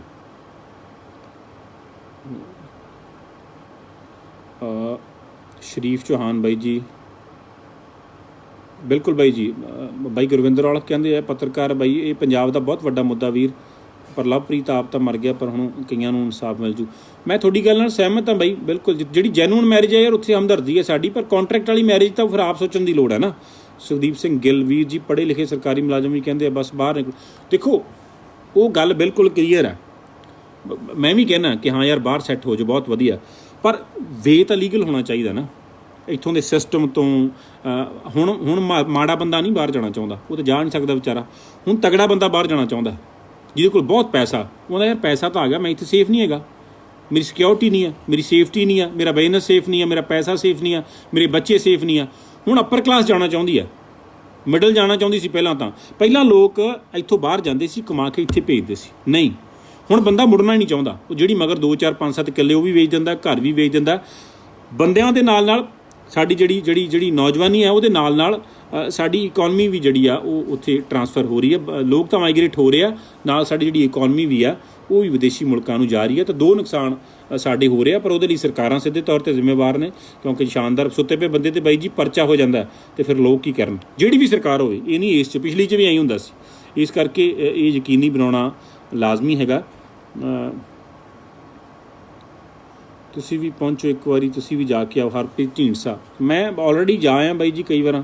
ਗੁਰਵਿੰਦਰ ਸਿੰਘ ਸੰਧੂ, ਸਿਕੰਦਰ ਸਮਰਾ, ਸਤਿ ਸ਼੍ਰੀ ਅਕਾਲ ਬਾਈ ਜੀ। ਭੁਪਿੰਦਰ ਸਿੰਘ ਮੱਕੜ, ਬਿਲਕੁਲ ਆਪ ਕੈਪੇਬਲ ਹੋਵੋ, ਨਹੀਂ ਤਾਂ ਜੀ ਬਿਲकुल ਬਾਈ ਜੀ। ਹਰਪ੍ਰੀਤ ਢੀਂਡਸਾ ਔਰ ਰਿਪਲਾਈ ਕਰੋ, ਉੱਥੇ ਜਾ ਕੇ ਸੈੱਟ ਕਰੋ ਜੀ। ਹਰਸਿਮਰਨਜੀਤ ਸਿੰਘ, ਤਾਂ ਇਹ ਮਸਲਾ ਸੀ ਅੱਜ। ਮੈਂ ਜਿਵੇਂ ਕੱਲ੍ਹ ਤੁਹਾਡੇ ਨਾਲ ਵਾਅਦਾ ਕੀਤਾ ਸੀ ਕਿ ਆਪਾਂ ਕੋਸ਼ਿਸ਼ ਕਰਿਆ ਕਰਾਂਗੇ ਕਿ ਕਿਸੇ ਨਾ ਕਿਸੇ ਮਸਲੇ 'ਤੇ ਰੋਜ਼ ਚਰਚਾ ਕਰਦੇ ਰਹੀਏ। ਤੁਸੀਂ ਵੀ ਆਪਣੇ ਵਿਚਾਰ ਸਾਂਝੇ ਕਰੋ, ਤਾਂ ਇੱਕ ਦੂਜੇ ਦੇ ਨਾਲ ਜੁੜਨ ਦਾ ਸਭ ਤੋਂ ਸਹੀ ਮਾਰਫਤ ਹੈਗਾ ਇਹ ਜਿਹੜਾ ਫੇਸਬੁੱਕ ਹੈ। ਤਾਂ ਇਸ ਕਰਕੇ ਮੈਂ ਤੁਹਾਡੀ ਗੱਲ ਨਾਲ ਬਿਲਕੁਲ ਸਹਿਮਤ ਹੈਗਾ। ਜਿਸ ਤਰ੍ਹਾਂ ਤੁਸੀਂ ਬਾਈ ਸਾਰੇ ਕਮੈਂਟ ਕਰਕੇ ਕਹਿ ਰਹੇ ਹੋ ਕਿ ਹਾਂ ਇਸ ਤਰ੍ਹਾਂ ਹੋਣਾ ਚਾਹੀਦਾ, ਬਿਲਕੁਲ ਆਪਾਂ ਇਹੀ ਮਸਲਾ ਡਿਸਕਸ ਕਰ ਰਹੇ ਹਾਂ। ਤਾਂ ਤੁਹਾਡੇ ਕੀ ਸੁਝਾਅ ਹੈਗੇ ਆ, ਤੁਹਾਡੀ ਕੀ ਰਾਏ ਹੈਗੀ ਹੈ, ਮੈਂ ਚਾਹੂੰਗਾ ਕਿ ਤੁਸੀਂ ਵੀ ਜ਼ਰੂਰ ਦੱਸੋ ਤਾਂ ਕਿ ਆਪਾਂ ਇਹ ਗੱਲਬਾਤ ਨੂੰ ਅੱਗੇ ਤੋਰ ਸਕੀਏ। ਬਈ ਜਸਪ੍ਰੀਤ ਹੋਰਾਂ ਦਾ ਕਮੈਂਟ ਆਇਆ ਸੀ। ਗੀਤਕਾਰ ਕਾਲਾ ਖਾਨਪੁਰੀ, ਲੋਕਾਂ ਨੇ ਤਮਾਸ਼ਾ ਬਣਾਇਆ ਹੋਇਆ ਜੀ। ਬਾਈ ਜੀ ਬਿਲਕੁਲ। ਪਰਮ ਅਬਰੋਲ, ਜਵਾਕਾਂ ਦੇ ਸੌਦੇ ਕਰਾਂਗੇ ਤਾਂ ਇੱਦਾਂ ਹੀ ਹੋਣਾ। ਵੀਰ Jaspreet Singh Batla, good job. Ramandeep, thank you ਬਾਈ ਜੀ। Raman Dutt ji, we the people are responsible for this, we want to go abroad in any cost. ਬਿਲਕੁਲ ਰਮਨ ਦੱਤ ਜੀ ਮੇਰੇ ਨਾਲ ਜੁੜੇ ਹੋਏ ਆ। ਰਮਨ ਜੀ ਵੈਲ ਟਰੈਵਲਡ ਹੈਗੇ ਆ, ਮੇਰੇ ਖਿਆਲ ਮੇਰੇ ਤਾਂ ਜੰਮਣ ਵੇਲੇ ਦੇ ਇਹ ਬਾਹਰਲੇ ਮੁਲਕਾਂ 'ਚ ਜਾਂਦੇ ਆ ਹੁਣ ਇਹ ਨਾ ਕਿ ਉਹ ਦੱਸ ਸਾਹਿਬ ਤੁਹਾਡੀ ਉਮਰ ਬਹੁਤ ਜ਼ਿਆਦਾ, ਪਰ ਇਹ ਸੱਚਾਈ ਹੈ ਕਿ ਅਮਰੀਕਾ 'ਚ ਇਹਨਾਂ ਦਾ ਆਪਣਾ ਬਿਜ਼ਨਸ ਹੈ, ਸਾਰੀ ਫੈਮਿਲੀ ਉੱਥੇ। ਮੇਰੇ ਖਿਆਲ ਦੁਨੀਆ ਦੇ 40-50 ਮੁਲਕਾਂ 'ਚ ਇਹਨਾਂ ਨੇ ਟਰੈਵਲ ਕੀਤਾ ਹੋਊਗਾ। ਰਮਨ ਜੀ ਬਿਲਕੁਲ ਤੁਹਾਡਾ ਜਿਹੜਾ ਮਸ਼ਵਰਾ ਹੈ ਜਾਂ ਤੁਹਾਡੀ ਗੱਲ ਜਿਹੜੀ ਬਿਲਕੁਲ ਵਾਜਬ ਹੈਗੀ ਹੈ। ਤੁਸੀਂ ਤਾਂ ਭਲੀ ਭਾਂਤ ਜਾਣੀ ਹੋ ਕਿ ਸਾਡੇ ਪੰਜਾਬੀ ਕੀ ਕੁਝ ਕਰਨ ਨੂੰ ਤਿਆਰ ਹੈਗੇ ਆ, ਅਤੇ ਇਸ ਕਰਕੇ ਜਿਹੜਾ ਦੁਖਾਂਤ ਹੈ ਉਹਦਾ ਸਾਨੂੰ ਸਾਹਮਣਾ ਆਲਰੇਡੀ ਜਿਹੜਾ ਉਹ ਕਰਨਾ ਪੈ ਰਿਹਾ। ਰਮਨ ਦੱਤ ਵੀ ਸੋਸ਼ਲ ਇਸ਼ੂਜ਼ 'ਤੇ ਅਕਸਰ ਬੋਲਦੇ ਰਹਿੰਦੇ ਆ। ਰਮਨ ਜੀ ਮੈਂ ਚਾਹੁੰਦਾ ਤੁਸੀਂ ਇਸ ਮਸਲੇ 'ਤੇ ਵੀ ਕਿਸੇ ਨਾ ਕਿਸੇ ਦਿਨ ਆਪਣਾ ਜ਼ਰੂਰ ਚਾਨਣਾ ਪਾਓ। ਤੇਜਵੀਰ ਸਿੰਘ ਬਾਈ ਜੀ ਆਪ ਕਰੋ ਆਈਲੈਟਸ ਪਾਸ ਇਹੀ ਸੋਲਿਊਸ਼ਨ ਹੈ। ਹੈਪੀ ਝੰਡੂ ਵਾਲਾ ਬਾਈ ਮੇਰੇ ਗੁਆਂਢੀ ਪਿੰਡ ਤੋਂ। ਜੀ ਗੁਰਵਿੰਦਰ ਬਾਈ ਮੌਲਕ ਸਾਹਿਬ ਮੈਂ ਡੈਫੀਨੇਟਲੀ ਲਾਈਵ ਹੁੰਦਾ ਰਿਹਾ ਕਰੂੰਗਾ। ਔਰ ਬਲਜੀਤ ਭੁੱਲਰ ਜੀ ਸਭ ਤੋਂ ਪਹਿਲਾਂ ਆਪਣਾ ਸੁਧਾਰੋ। ਬਿਲਕੁਲ ਭੁੱਲਰ ਸਾਹਿਬ ਮੈਂ ਕੱਲ੍ਹ ਵੀ ਇਹੀ ਗੱਲ ਕੀਤੀ ਸੀ ਕਿ ਸਾਨੂੰ ਆਪਣੀਆਂ ਜਿਹੜੀਆਂ ਖਾਮੀਆਂ ਹੈਗੀਆਂ ਉਹ ਸੁਧਾਰਨ ਦੀ ਲੋੜ ਹੈ, ਫਿਰ ਹੀ ਸਾਰੇ ਮਸਲੇ ਜਿਹੜੇ ਆ ਉਹ ਹੱਲ ਹੋਣਗੇ। ਇਕੱਲਾ ਸਿਸਟਮ ਨੂੰ ਕੋਸਿਆ ਨਹੀਂ ਗੱਡੀ ਚੱਲਣੀ, ਸਾਨੂੰ ਆਪਣੀਆਂ ਚੀਜ਼ਾਂ ਵੀ ਸੈੱਟ ਕਰਨੀਆਂ ਪੈਣਗੀਆਂ, ਫਿਰ ਹੀ ਜਿਹੜਾ ਉਹ ਸਾਰੇ ਮਸਲੇ ਹੱਲ ਹੋਣਗੇ। ਸ਼ਮਿੰਦਰ ਸਿੰਘ 65 ਕਿੱਲੇ ਵੇਚ ਕੇ ਲੋਕ ਬਾਹਰ ਚਲੇ ਜਾ ਰਹੇ। ਚਲੋ ਉਹ ਤਾਂ ਇੱਕ ਵੱਖਰਾ ਵਿਸ਼ਾ ਬਾਈ ਜੀ, ਉਹ ਖੁਸ਼ੀ ਹੈ ਕਿਸੇ ਬੰਦੇ ਦੀ ਜੇ ਕੋਈ ਜਾ ਰਿਹਾ ਤਾਂ। ਰਵੀਪ੍ਰੀਤ ਸਿੰਘ ਇੱਥੇ ਕੰਮ ਕਰਦੇ ਨਹੀਂ ਸ਼ਰਮ ਆਉਂਦੀ, ਉੱਥੇ ਕੋਈ ਚੱਕਰ ਨਹੀਂ, ਫਿਰ ਤੁਸੀਂ ਦੇਖ ਰਹੇ ਹੋ ਤੇ ਨਹੀਂ ਸ਼ਰਮ ਆਉਂਦੀ, ਉੱਥੇ ਕੋਈ ਚੱਕਰ ਨਹੀਂ। ਰਵੀਪ੍ਰੀਤ ਬਾਈ ਕੰਮ ਤਾਂ ਤੁਸੀਂ ਤਾਂ ਆਈ ਵਿਟਨੈਸ ਹੋ ਮੇਰੇ ਬਾਰੇ ਵੀ, ਮੈਂ ਤਾਂ ਸਾਰਾ ਕੁਛ ਕੀਤਾ ਬਾਈ। ਮੈਂ ਤਾਂ ਫੋਟੋਗ੍ਰਾਫੀ ਕੀਤੀ ਆ, ਰੇਹਾਂ ਸਪਰੇਆਂ ਵੀ ਵੇਚੀਆਂ, ਕੀ ਨਹੀਂ ਕੰਮ ਕੀਤੇ, ਸਾਰਾ ਕੁਛ ਕੀਤਾ। ਖੇਤੀਬਾੜੀ ਵੀ ਕੀਤੀ ਆ, ਖੇਤ ਵੀ ਕੰਮ ਕਰਾਇਆ, ਵੱਟਾਂ 'ਤੇ ਚੜ੍ਹਾ ਵੀ ਦਵਾਇਆ, ਰੋਟੀ ਵੀ ਪੈਦਲ ਲੈ ਕੇ ਜਾਂਦੇ ਰਹੇ ਹਾਂ, ਝੋਨੇ ਵੇਲੇ ਵੀ ਕੰਮ ਬਹੁਤ ਕਰਾਇਆ ਆਪਦੇ ਫਾਦਰ ਦੇ ਨਾਲ। ਮੈਂ ਤਾਂ ਹੁਣ ਵੀ ਪਿੰਡ ਜਾਂਦਾ ਅਤੇ ਦਿਹਾੜੀਆਂ ਨਹੀਂ ਪਾਉਂਦੀ, ਮੈਂ ਤਾਂ ਆਪ ਹੀ ਕੰਮ ਕਰ ਲੈਂਦਾ ਹੁੰਦਾ। ਜੇ ਕੋਈ ਕੰਧ ਢਹਿ ਤਾਂ ਮੈਂ ਤਾਂ ਸਗੋਂ ਪਿੱਛੇ ਜੇ ਕੰਧ ਢਹਿ ਤਾਂ ਮੈਂ ਆਪ ਹੀ ਲੱਗ ਕੇ ਮਿਸਤਰੀ ਨਾਲ ਤੇ ਗਾਰਾ ਗੂਰਾ ਫੜਾਉਣ ਲੱਗ ਪਿਆ। ਪਿੰਡ ਵਾਲੇ ਕੀ ਆਖਣ ਲੱਗ ਪਏ, ਯਾਰ ਤੂੰ ਆਏ ਆ, ਤੂੰ ਫਲਾਨਾ, ਤੂੰ ਉਹ ਹੈ। ਮੈਂ ਕਿਹਾ ਯਾਰ ਵੱਡੇ ਬੰਦੇ ਨੂੰ ਫੀਤੀ ਲੱਗ ਗਈ, ਘਰ ਦਾ ਕੰਮ ਕਰਨਾ ਕਿੱਡੀ ਕੁ ਮਾੜੀ ਗੱਲ। ਮੈਂ ਇੱਥੇ ਜਲੰਧਰ ਰਹਿਣਾ, ਮੈਂ ਆਪਦੀ ਗੱਡੀ ਆਪ ਧੋਣਾ। ਸਵਾਲ 500-700 ਰੁਪਈਏ ਦਾ ਨਹੀਂ ਹੈ, ਸਵਾਲ ਇਹ ਹੈ ਕਿ ਕਿਉਂ ਸ਼ੋਸ਼ੇਬਾਜ਼ੀ 'ਚ ਕਿਉਂ ਪੈਣਾ। 2-4 ਦਿਨ ਟੀਚਰਾਂ ਕੀਤੀਆਂ ਬੰਦਿਆਂ ਨੇ, ਮੁੜ ਕੇ ਸਾਰੇ ਆਪ ਹੀ ਲੱਗ ਗਏ। ਸਾਨੂੰ ਨਾ ਹੈਸੀਟੇਸ਼ਨ ਮਾਰ ਰਹੀ ਹੈ, ਸ਼ਰਮ ਮਾਰ। ਹੁਣ ਵੀ ਮੈਨੂੰ ਕਹਿਣਗੇ ਸੋਢੀ ਸਾਹਿਬ ਲਿਵਿੰਗ ਸਟੈਂਡਰਡ ਐ ਹੋਣਾ ਚਾਹੀਦਾ ਫਲਾਨਾ। ਯਾਰ ਮੈਨੂੰ ਸਮਝ ਨਹੀਂ ਆਉਂਦੀ, ਇਹ ਸਭ ਸੋਚ ਹੈ। ਲਿਵਿੰਗ ਸਟੈਂਡਰਡ ਵਾਲਾ ਮਸਲਾ ਜਿਹੜਾ ਨਾ ਇਹ ਤੁਹਾਡੇ ਮਨ ਦਾ ਵਿਸ਼ਾ ਹੈ, ਤੁਹਾਨੂੰ ਮਨ ਦੇ ਤੌਰ 'ਤੇ ਅਸੀਂ ਨਾ ਬਹੁਤ ਸਾਰੀਆਂ ਚੀਜ਼ਾਂ ਲੋਕਾਂ ਦੇ ਲਈ ਕਰਦੇ ਹਾਂ, ਲੋਕਾਂ ਲਈ ਕਰਦੇ ਹਾਂ। ਮੇਰਾ ਕੋਈ ਰਿਸ਼ਤੇਦਾਰ ਆ ਗਿਆ ਘਰੇ, ਕਹਿੰਦਾ ਯਾਰ ਆਹ ਚਾਹੀਦਾ, ਉਹ ਚਾਹੀਦਾ, ਡਰਾਇੰਗ ਰੂਮ ਚਾਹੀਦਾ ਫਲਾਨਾ। ਮੈਂ ਕਿਹਾ ਯਾਰ ਤੂੰ ਜੇ ਸੋਫਿਆਂ 'ਤੇ ਬਹਿਣਾ ਹੈ ਕਿ ਮੈਨੂੰ ਮਿਲਣ ਵਾਸਤੇ ਆਇਆ। ਇਹ ਸਾਡੇ ਮਨ ਦਾ ਵਿਸ਼ਾ। ਸ਼ਰਮਾ ਕੁਛ ਨਹੀਂ ਬਾਈ ਜੀ। ਮੈਂ ਆਪਦੀ ਨਿੱਜੀ ਜ਼ਿੰਦਗੀ 'ਚ ਮੈਂ ਸ਼ੋਸ਼ੇਬਾਜ਼ੀ ਲਈ, ਮੈਂ ਲੋਕ ਵਿਖਾਵੇ ਲਈ ਕੁਛ ਨਹੀਂ ਕਰਦਾ। ਮੈਂ ਜਮਾਂ ਸਾਦਾ ਅਤੇ ਮੈਨੂੰ ਕਿਸੇ ਦੀ ਕੋਈ ਪਰਵਾਹ ਨਹੀਂ, ਜਮਾਂ ਕੋਈ ਪਰਵਾਹ ਨਹੀਂ। ਅੱਜ ਤੋਂ 10 ਸਾਲ ਪਹਿਲਾਂ ਵੀ ਮੈਂ ਸਾਦਾ ਸੀ, ਮੈਂ ਆਪਦੇ ਬਾਪ ਤੋਂ ਇਹ ਗੱਲ ਸਿੱਖੀ ਆ। ਮੈਂ 10 ਸਾਲ ਪਹਿਲਾਂ ਵੀ ਸਾਦਾ ਸੀ, ਮੈਂ ਅੱਜ ਵੀ। ਠੀਕ ਹੈ, ਜੇ 4 ਛਿੱਲੜ ਆਉਂਦੇ ਆ ਤਾਂ ਸੁੱਖ ਮਾਣੋ ਤੁਸੀਂ, ਪਰ ਸ਼ੋਸ਼ੇਬਾਜ਼ੀ ਲਈ ਨਹੀਂ। ਚੱਲਦੀਆਂ ਮੇਰੀਆਂ ਬੈਂਕ 'ਚ ਕਿਸ਼ਤਾਂ ਹੋਣ ਅਤੇ ਘੜੀ ਮੈਂ ਐਪਲ ਦੀ ਬੰਨੀ ਹੋਵੇ, ਬਾਈ ਜੀ ਇਸ ਗੱਲ ਦਾ ਕੀ ਸਵਾਦ ਹੈ। ਇੱਥੇ ਮਰ ਰਹੇ। ਇਹ ਵੱਖਰਾ ਵਿਸ਼ਾ ਨਿਕਲਿਆ। ਇਸ ਵਿਸ਼ੇ 'ਤੇ ਵੀ ਮੈਂ ਗੱਲ ਕਰਨੀ ਹੈ ਕਿ ਕਿਹੜੀਆਂ ਚੀਜ਼ਾਂ ਸਾਡੇ ਵੱਸ ਹੈ, ਆਪਾਂ ਉਹੀ ਮਸਲੇ ਕਰਨੇ ਆ। ਫਾਲਤੂ ਖਰਚਿਆਂ 'ਤੇ ਵੀ ਮੈਂ ਡਿਸਕਸ ਕਰਨਾ ਕਿ ਕਿਵੇਂ ਅਸੀਂ ਮਰ ਕਿਵੇਂ ਰਹੇ ਹਾਂ। ਖਾਸ ਤੌਰ 'ਤੇ ਮਾਲਵਾ ਸ਼ੋਸ਼ੇਬਾਜ਼ੀ 'ਚ ਕਿਵੇਂ ਮਰਦਾ ਪਿਆ। ਰਿਸ਼ਤੇਦਾਰਾਂ ਦੇ ਪ੍ਰਭਾਵ ਪਾਉਣ ਦੇ ਚੱਕਰ 'ਚ ਨਾ ਬੰਦੇ ਆਪਦਾ ਝੁੱਗਾ ਚੌੜ ਕਰਾਈ ਜਾਂਦੇ ਆ, ਸਿਰਫ ਰਿਸ਼ਤੇਦਾਰਾਂ ਦੇ ਪ੍ਰਭਾਵ ਪਾਉਣ ਦੇ ਚੱਕਰ 'ਚ। ਜਦ ਕਿ ਇੱਕ ਦੂਜੇ ਨੂੰ ਚੰਗਾ ਦੋਵਾਂ ਨੂੰ ਹੀ ਪਤਾ ਵੀ ਇਹ ਵੀ ਨੰਗਾ ਅਤੇ ਇਹ ਵੀ ਨੰਗਾ, ਪੱਲੇ ਇਹਦੇ ਵੀ ਕੁਛ ਨਹੀਂ ਹੈ ਨਹੀਂ। ਦੂਜੇ ਨੂੰ ਨੀਵਾਂ ਵਿਖਾਉਣ ਦੇ ਚੱਕਰ 'ਚ ਇਹ ਵੱਖਰਾ ਵਿਸ਼ਾ ਹੈ। ਬਹੁਤ ਮਟੀਰੀਅਲ ਹੈ ਮੇਰੇ ਕੋਲ ਇਸ ਮਸਲੇ 'ਤੇ, ਆਪਾਂ ਇਹ ਗੱਲਾਂ ਕਰਾਂਗੇ। ਇੰਦਰਪਾਲ ਸਿੰਘ ਢਾਲੀਵਾਲ ਬਾਈ, ਬਲਜੀਤ ਭੁੱਲਰ ਥੈਂਕ ਯੂ ਬਾਈ ਜੀ। ਤਾਂ ਆਪਾਂ ਇਸ ਮਸਲੇ 'ਤੇ ਗੱਲਬਾਤ ਜ਼ਰੂਰ ਕਰਾਂਗੇ। ਮੈਨੂੰ ਲੱਗਦਾ ਕਿ ਸ਼ਰਮ ਕਰਨੀ ਚਾਹੀਦੀ ਹੈ ਬਾਈ ਜੀ। ਬਾਅਦ 'ਚ ਸਿਸਟਮ ਜਦੋਂ ਝੁੱਗਾ ਚੌੜ ਹੋ ਜੇ, ਉਦੋਂ ਬਾਅਦ ਫਿਰ ਸਾਰੀ ਦੁਨੀਆ ਨੂੰ ਚੀਜ਼ਾਂ ਨਸ਼ਰ ਹੋ ਜਾਂਦੀਆਂ। ਇਸ ਕਰਕੇ ਰਵੀਪ੍ਰੀਤ ਜੀ ਮੈਂ ਤੁਹਾਡੀ ਗੱਲ ਨਾਲ ਸਹਿਮਤ ਹਾਂ ਕਿ ਇੱਥੇ ਜਿਹਨਾਂ ਨੂੰ ਸ਼ਰਮ ਆਉਂਦੀ ਹੈ ਨਾ ਉਹ ਮਹਾ ਮੂਰਖਤਾ ਹੈ। ਬਾਈ ਰਵੀਪ੍ਰੀਤ ਹੋਰਾਂ ਦਾ ਗੁਰੂ ਸਾਹਿਬ 'ਚ ਕੱਪੜੇ ਦਾ ਕੰਮ ਹੈ, ਮੇਰੇ ਬਹੁਤ ਕਰੀਬੀ ਸਾਡੇ ਰਿਸ਼ਤੇਦਾਰ ਨੇ। ਔਰ ਬਾਈ ਹੋਰਾਂ ਦਾ ਬਹੁਤ ਸੋਹਣਾ ਕੰਮ ਹੈ। ਬਾਈ ਹੋਰਾਂ ਦੀ ਜਿਮ ਵੀ ਹੈ, ਨਾਲ ਇਹਨਾਂ ਦਾ ਕਲੌਥ ਹਾਊਸ ਹੈ। ਟਰਬਨ 'ਚ ਬਾਈ ਦਾ ਗੁਰੂ ਸਾਹਿਬ 'ਚ ਬਹੁਤ ਵਧੀਆ ਨਾਂ ਹੈਗਾ। ਪੱਗਾਂ ਵਾਲਾ ਜਿਹੜਾ ਪੰਜਾਬ ਮੇਰੇ ਖਿਆਲ ਦੁਕਾਨ ਦਾ ਨਾਂ ਹੈਗਾ। ਅਤੇ ਬਾਈ ਦਾ ਬਹੁਤ ਵਧੀਆ ਸਰਕਲ ਹੈ ਅਤੇ ਅੱਜ ਆਪਦੇ ਗੁਰੂ ਸਾਹਿਬ 'ਚ ਕੰਮ ਕੀਤਾ। ਬਹੁਤ ਸੋਹਣੀ ਰੋਟੀ ਖਾਂਦੇ ਆ, ਬਹੁਤ ਵਧੀਆ ਰੈਪੂਟੇਸ਼ਨ ਬਣਾ ਕੇ ਰੱਖੀ ਹੋਈ ਹੈ ਅਤੇ ਚੰਗਾ ਕੰਮ ਚੱਲ ਰਿਹਾ, ਕੋਈ ਸ਼ੱਕ ਨਹੀਂ ਹੈ। ਇਸ ਕਰਕੇ ਸ਼ਰਮ ਨਹੀਂ ਕਰਨੀ ਚਾਹੀਦੀ। ਮੈਂ ਸਮਝਦਾ ਕਿ ਤੁਹਾਨੂੰ ਕੰਮ ਕਰਨਾ ਚਾਹੀਦਾ। ਮੈਂ ਕਹਿੰਦਾ ਮਾੜਾ ਨਹੀਂ ਹੈ, ਲੀਗਲ ਵੇਚ ਤੁਸੀਂ ਜੇ ਗਰੋ ਕਰੋ ਤਾਂ ਕੋਈ ਮਾੜੀ ਗੱਲ ਨਹੀਂ ਹੈਗੀ। ਪਰ ਆਹ ਸਿਸਟਮ ਜਿਹੜਾ 2 ਨੰਬਰ ਵਾਲਾ ਅਪਣਾ ਕੇ ਅਤੇ ਠੱਗੀਆਂ ਠੋਰੀਆਂ ਮਾਰ ਕੇ ਬਾਅਦ 'ਚ ਸ਼ਿਕਾਰ ਹੋ ਕੇ ਅਤੇ ਫਿਰ ਇਹ ਕੰਮ ਜਿਹੜਾ ਇਹ ਬਹੁਤ ਮਾੜਾ ਹੈਗਾ। ਸੋ ਇਹ ਕੰਮ नहीं करना चाहिए। याद रखिਓ कल ਜਾਂ परसों ਜਦੋਂ ਵੀ ਆਪਾਂ ਲਾਈਵ ਹੋਏ ਤੇ ਆਪਾਂ ਹੁਣ ਆ ਸ਼ੋਸ਼ੇਬਾਜ਼ੀ ਵਾਲੇ ਮਸਲੇ ਤੇ ਮੈਂ ਗੱਲ ਕਰਨੀ ਆ। ਬਹੁਤ ਸਮਾਨ ਹੈਗਾ ਆਪਣੇ ਕੋਲ ਇਸ ਮਸਲੇ ਤੇ, ਔਰ ਮੈਂ ਤੁਹਾਨੂੰ ਗਰੰਟੀ ਦਿੰਦਾ, ਮੈਂ ਕੋਈ ਮੋਟੀਵੇਸ਼ਨਲ ਸਪੀਕਰ ਨਹੀਂ ਹੈਗਾ, ਪਰ ਇਸ ਵਿਸ਼ੇ ਤੇ ਜਿੱਦਣ ਆਪਾਂ ਗੱਲ ਕੀਤੀ ਨਾ, ਮੈਥੋਂ ਲਿਖਾ ਲਓ, ਤੁਹਾਡਾ ਖਰਚਾ ਵੀ ਘਟੂਗਾ, ਤੁਹਾਡਾ ਜ਼ਿੰਦਗੀ ਜਿਉਣ ਦਾ ਬੋਝ ਵੀ ਘਟੂਗਾ, ਤੁਸੀਂ ਰਿਸ਼ਤੇਦਾਰਾਂ ਦੀ ਪਰਵਾਹ ਕਰਨੋਂ ਵੀ ਹਟੋਗੇ ਤੇ ਤੁਹਾਡੇ ਦਿਮਾਗ ਤੋਂ ਇਹ ਗੱਲ ਲੈ ਜੂਗੀ ਵੀ ਯਾਰ ਮੈਂ ਹੁਣ ਮਾਤੜਾਂ ਅਸੀਂ ਸਾਡੇ ਕੋਲ ਆ ਹੈ ਨਹੀਂ, ਸਾਡੇ ਉਹ ਹੈ ਨਹੀਂ, ਦੂਜਾ ਬੰਦਾ ਕੀ ਆਖੂਗਾ, ਲੋਕ ਕੀ ਕਹਿਣਗੇ, ਇਹਨਾਂ ਗੱਲਾਂ ਤੋਂ ਤੁਸੀਂ ਬਹੁਤ ਬਿਯੋਂਡ ਹੋ ਜਾਓਗੇ। ਇਹ ਮੈਂ ਤੁਹਾਨੂੰ ਗਰੰਟੀ ਨਾਲ ਕਹਿ ਸਕਦਾ। ਇਸ ਵਿਸ਼ੇ ਤੇ ਆਪਾਂ ਕੱਲ੍ਹ ਜਾਂ ਪਰਸੋਂ ਚਰਚਾ ਪੱਕੀ ਕਰਾਂਗੇ। ਜੇ ਕੱਲ੍ਹ ਲਾਈਵ ਆਇਆ ਤਾਂ ਕੱਲ੍ਹ ਇਹ ਵਿਸ਼ਾ ਰੱਖਾਂਗੇ, ਜੇ ਪਰਸੋਂ ਆਇਆ ਤਾਂ ਪਰਸੋਂ ਇਹ ਵਿਸ਼ਾ ਰੱਖਾਂਗੇ। ਬਾਈ ਅਮਨਦੀਪ ਸਿੰਘ ਖਾਲਸਾ, ਪਹਿਲਾਂ ਲਾੜਿਆਂ ਨੇ ਬਹੁਤ ਲੜਕੀਆਂ ਛੱਡ ਧੋਖਾ ਕੀਤਾ, ਹੁਣ ਲੜਕੀਆਂ ਦੀ ਵਾਰੀ। ਬਿਲਕੁਲ ਬਾਈ ਜੀ, ਤੁਹਾਡੀ ਗੱਲ ਦੁਰਸਤ ਹੈ। ਕੋਹਲੀ ਨਵੀਂ ਭਾਜੀ, ਮੈਂ ਵੀ ਬਾਹਰ ਜਾਣਾ ਚਾਹਣਾ, ਗਾਈਡ ਕਰੋ। ਮੈਂ ਕੋਹਲੀ ਸਾਹਿਬ, ਮੈਂ ਇਮੀਗ੍ਰੇਸ਼ਨ ਏਜੰਟ ਤਾਂ ਹੈ ਨਹੀਂ ਗਾ, ਪਰ ਜੇ ਤੁਸੀਂ ਜਾਣਾ ਚਾਹੁੰਦੇ ਹੋ ਤਾਂ ਕੋਈ ਗੱਲ ਨਹੀਂ, ਤੁਸੀਂ ਮੈਨੂੰ ਮਿਲ ਲਿਓ ਅਤੇ ਆਪਾਂ ਡਿਸਕਸ ਕਰ ਲਾਂਗੇ। ਦਵਿੰਦਰ ਸਿੰਘ ਤੂਰ, ਕੰਮ ਦੇ ਕੇ ਕੀ ਸ਼ਰਮ, ਕੰਮ ਦੀ ਕੀ ਸ਼ਰਮ। ਬਿਲਕੁਲ ਬਾਈ ਜੀ। ਸੁਖਚੈਨ ਸਿੰਘ ਘੁਮਾਨ, ਔਰ ਆਪੇ ਫਾਸੜੀਏ ਤੈਨੂੰ ਕੌਣ ਛੜਾਏ। ਬਿਲਕੁਲ ਸੁਖਦੀਪ ਸਿੰਘ ਗਿੱਲ ਬਾਈ, ਤੁਹਾਡੀ ਗੱਲ ਬਿਲਕੁਲ ਦੁਰਸਤ ਹੈਗੀ ਆ। ਤਾਂ ਯਾਦ ਰੱਖਿਓ ਕੱਲ੍ਹ ਆਪਾਂ ਜਿਹੜਾ ਵਿਸ਼ਾ ਰੱਖਣਾ ਉਹ ਇਹ ਗਗਨ ਮੱਕੜ ਬਾਈ ਇਹੀ ਵਿਸ਼ਾ ਰੱਖਣਾ ਕਿ ਸ਼ੋਸ਼ੇਬਾਜ਼ੀ ਨੇ ਸਾਡੇ ਤੇ, ਸ਼ੋਸ਼ੇਬਾਜ਼ੀ ਦੇ ਨਫੇ ਤੇ ਨੁਕਸਾਨ, ਇਸ ਮਸਲੇ ਤੇ ਆਪਾਂ ਗੱਲ ਕਰਨੀ ਹੈ ਔਰ ਖੁੱਲ੍ਹ ਕੇ ਗੱਲ ਕਰਾਂਗੇ ਆਪਾਂ। ਮੈਂ ਤੁਹਾਨੂੰ ਇਹ ਵੀ ਦੱਸੂਗਾ ਮੈਂ ਜ਼ਿੰਦਗੀ ਕਿਵੇਂ ਜਿਉਂ ਰਿਹਾ, ਆਪਦੀ ਨਿੱਜੀ ਜ਼ਿੰਦਗੀ ਮੈਂ ਕਿਵੇਂ ਜਿਉਂ ਰਿਹਾ। ਮਤਲਬ ਮੈਂ ਨਾਟ ਬੀਇੰਗ ਐਨ ਐਰੋਗੈਂਟ, ਮੈਂ ਰੱਬ ਤੋਂ ਡਰ ਕੇ ਕਹਿਣਾ ਵੀ ਪਰਮਾਤਮਾ ਦੀ ਕਿਰਪਾ ਨਾਲ ਰੋਜ਼ ਵੱਡੇ ਵੱਡੇ ਲੋਕਾਂ ਨਾਲ ਮਿਲਣ ਦਾ ਮੌਕਾ ਮਿਲਦਾ, ਦੁਨੀਆ ਦੇ ਵੱਡੇ ਵੱਡੇ ਬੰਦਿਆਂ ਦੇ ਕੋਲ ਜਾਣ ਦਾ ਮੌਕਾ ਮਿਲਦਾ, ਔਰ ਮੈਂ ਕਿਵੇਂ ਜ਼ਿੰਦਗੀ ਜਿਉਂ ਰਿਹਾ ਅਤੇ ਮੈਨੂੰ ਮੇਰੇ ਰਿਸ਼ਤੇਦਾਰ, ਮੇਰੇ ਦੋਸਤ ਮਿੱਤਰ ਕੀ ਕਹਿੰਦੇ, ਔਰ ਮੇਰੇ ਤੋਂ ਇਹ ਗੱਲਾਂ ਦਾ ਕਿੰਨਾ ਕੁ ਅਸਰ ਹੁੰਦਾ। ਇਹ ਬਹੁਤ ਲਾਜ਼ਮੀ ਵਿਸ਼ਾ ਹੈ ਔਰ ਇਹਦੇ 'ਚ ਅੱਜ ਕੱਲ੍ਹ ਜਿਹੜੀ ਨੌਜਵਾਨ ਪੀੜ੍ਹੀ ਆ ਉਹ ਬਹੁਤ ਫਸੀ ਹੋਈ ਆ। ਹੁਣ ਤਾਂ ਪਤੰਦਰ ਇਹੋ ਜਿਹੇ ਵੀ ਜਰਾਬਾਂ ਵੀ ਵੇਖ ਵੇਖ ਕੇ ਪਾਉਂਦੇ ਆ ਵੀ ਕਿਹੜੇ ਰੰਗ ਦੀਆਂ ਪਾਉਣੀਆਂ, ਜਦ ਕਿ ਮੈਂ ਸਮਝਦਾ ਕਿ ਕਾਬਲੀਅਤ ਦੇ ਨਾਲ ਇਹਨਾਂ ਚੀਜ਼ਾਂ ਦਾ ਕੋਈ ਮੇਲ ਨਹੀਂ ਹੈਗਾ। ਕੱਪੜੇ ਕੁੱਪੜੇ ਪਹਿਰਾਵੇ ਪਰੋਵੇ ਕਿਸੇ ਇੱਕ ਮੈਟਰ 'ਤੇ ਜਾ ਕੇ ਇਹ ਕਿਸੇ ਇੱਕ ਹੱਦ 'ਤੇ ਜਾ ਕੇ ਮੈਟਰ ਕਰਦੇ, ਅਦਰਵਾਈਜ਼ ਮੈਨੂੰ ਨਹੀਂ ਲੱਗਦਾ। ਖੈਰ ਮੁੱਦਾ ਇਹ ਕੱਲ੍ਹ ਵਾਸਤੇ ਰੱਖਦੇ ਆਪਾਂ, ਬਹੁਤ ਇੰਟਰਸਟਿੰਗ ਮਸਲਾ ਹੈਗਾ। ਸ਼ਗਨਦੀਪ ਸਰਾਂ, ਫੱਤਾ ਕੇਰਾ ਵੀਰ ਜੀ, ਜਦੋਂ ਇਸ ਵਿਸ਼ੇ 'ਤੇ ਗੱਲ ਕਰਨੀ ਹੋਈ ਪਹਿਲਾਂ ਦੱਸ ਦਿਓ। ਡੈਫੀਨੇਟਲੀ ਕੱਲ੍ਹ ਕਰਾਂਗੇ ਬਾਈ ਜੀ ਆਪਾਂ, ਮਾਲਕ ਮਿਹਰ ਕਰੇ। ਕੱਲ੍ਹ ਮੇਰਾ ਅਨਮੋਲ ਗਗਨ ਮਾਨ ਦੇ ਨਾਲ ਇੰਟਰਵਿਊ ਹੈ ਅਤੇ ਇਸ ਕਰਕੇ ਕੱਲ੍ਹ ਸ਼ਾਇਦ ਇਸ ਵਿਸ਼ੇ 'ਤੇ ਮੈਂ ਲਾਈਵ ਨਾ ਹੋ ਪਾਵਾਂ, ਕਿਉਂਕਿ ਕੱਲ੍ਹ 2 ਵਜੇ ਇੰਟਰਵਿਊ ਹੈ, ਸ਼ਾਇਦ ਮੈਂ ਲੇਟ ਹੋ ਜਾ। ਜੇ ਨਾ ਹੋਇਆ ਤਾਂ ਫਿਰ ਪੱਕਾ ਕਰੂੰਗਾ। ਡਾਕੂਆਂ ਅਤੇ ਲਟੇਰਿਆਂ ਵਿੱਚ ਜੇਬ ਕਤਰ ਜੀ, ਜਸਪਾਲ ਸਿੰਘ ਬੱਤਰਾ ਜੀ, ਥੈਂਕ ਯੂ ਵੈਰੀ ਮੱਚ, ਬਹੁਤ ਬਹੁਤ ਧੰਨਵਾਦ। ਸੋ ਅਨਮੋਲ ਗਗਨ ਨੂੰ ਵੀ ਜੇ ਤੁਹਾਡੇ ਕੋਈ ਸਵਾਲ ਹੈਗੇ ਆ ਤਾਂ ਦੱਸਿਓ ਜ਼ਰੂਰ। ਰਾਤ ਹੀ ਮੇਰੀ ਗੱਲ ਹੋਈ ਹੈ ਅਤੇ ਕੱਲ੍ਹ ਉਹਨਾਂ ਦਾ ਮੈਂ ਇੰਟਰਵਿਊ ਕਰਨ ਜਾ ਰਿਹਾ। ਜੇਕਰ ਤੁਹਾਡੇ ਕੋਈ ਸਵਾਲ ਹੈਗੇ ਆ ਤਾਂ ਤੁਸੀਂ ਜ਼ਰੂਰ ਮੇਰੇ ਨਾਲ ਸਾਂਝੇ ਕਰਿਓ, ਤਾਂ ਕੱਲ੍ਹ ਉਹਨਾਂ ਦਾ ਇੰਟਰਵਿਊ ਤੁਹਾਡੇ ਰੂਬਰੂ ਅਸੀਂ ਕਰਾਂਗੇ। ਅਤੇ ਕੱਲ੍ਹ ਮੈਂ ਫ੍ਰੀ ਹੋ ਗਿਆ ਛੇਤੀ, ਤਾਂ ਫਿਰ ਲਾਜ਼ਮੀ ਆਪਾਂ ਜਿਹੜਾ ਉਹ ਤੁਹਾਡੇ ਨਾਲ ਲਾਈਵ ਹੋ ਕੇ ਅਤੇ ਸ਼ੋਸ਼ੇਬਾਜ਼ੀ ਵਾਲੇ ਮਸਲੇ 'ਤੇ ਆਪਾਂ ਕੱਲ੍ਹ ਚਰਚਾ ਕਰਨੀ ਹੈ ਬਾਈ ਜੀ।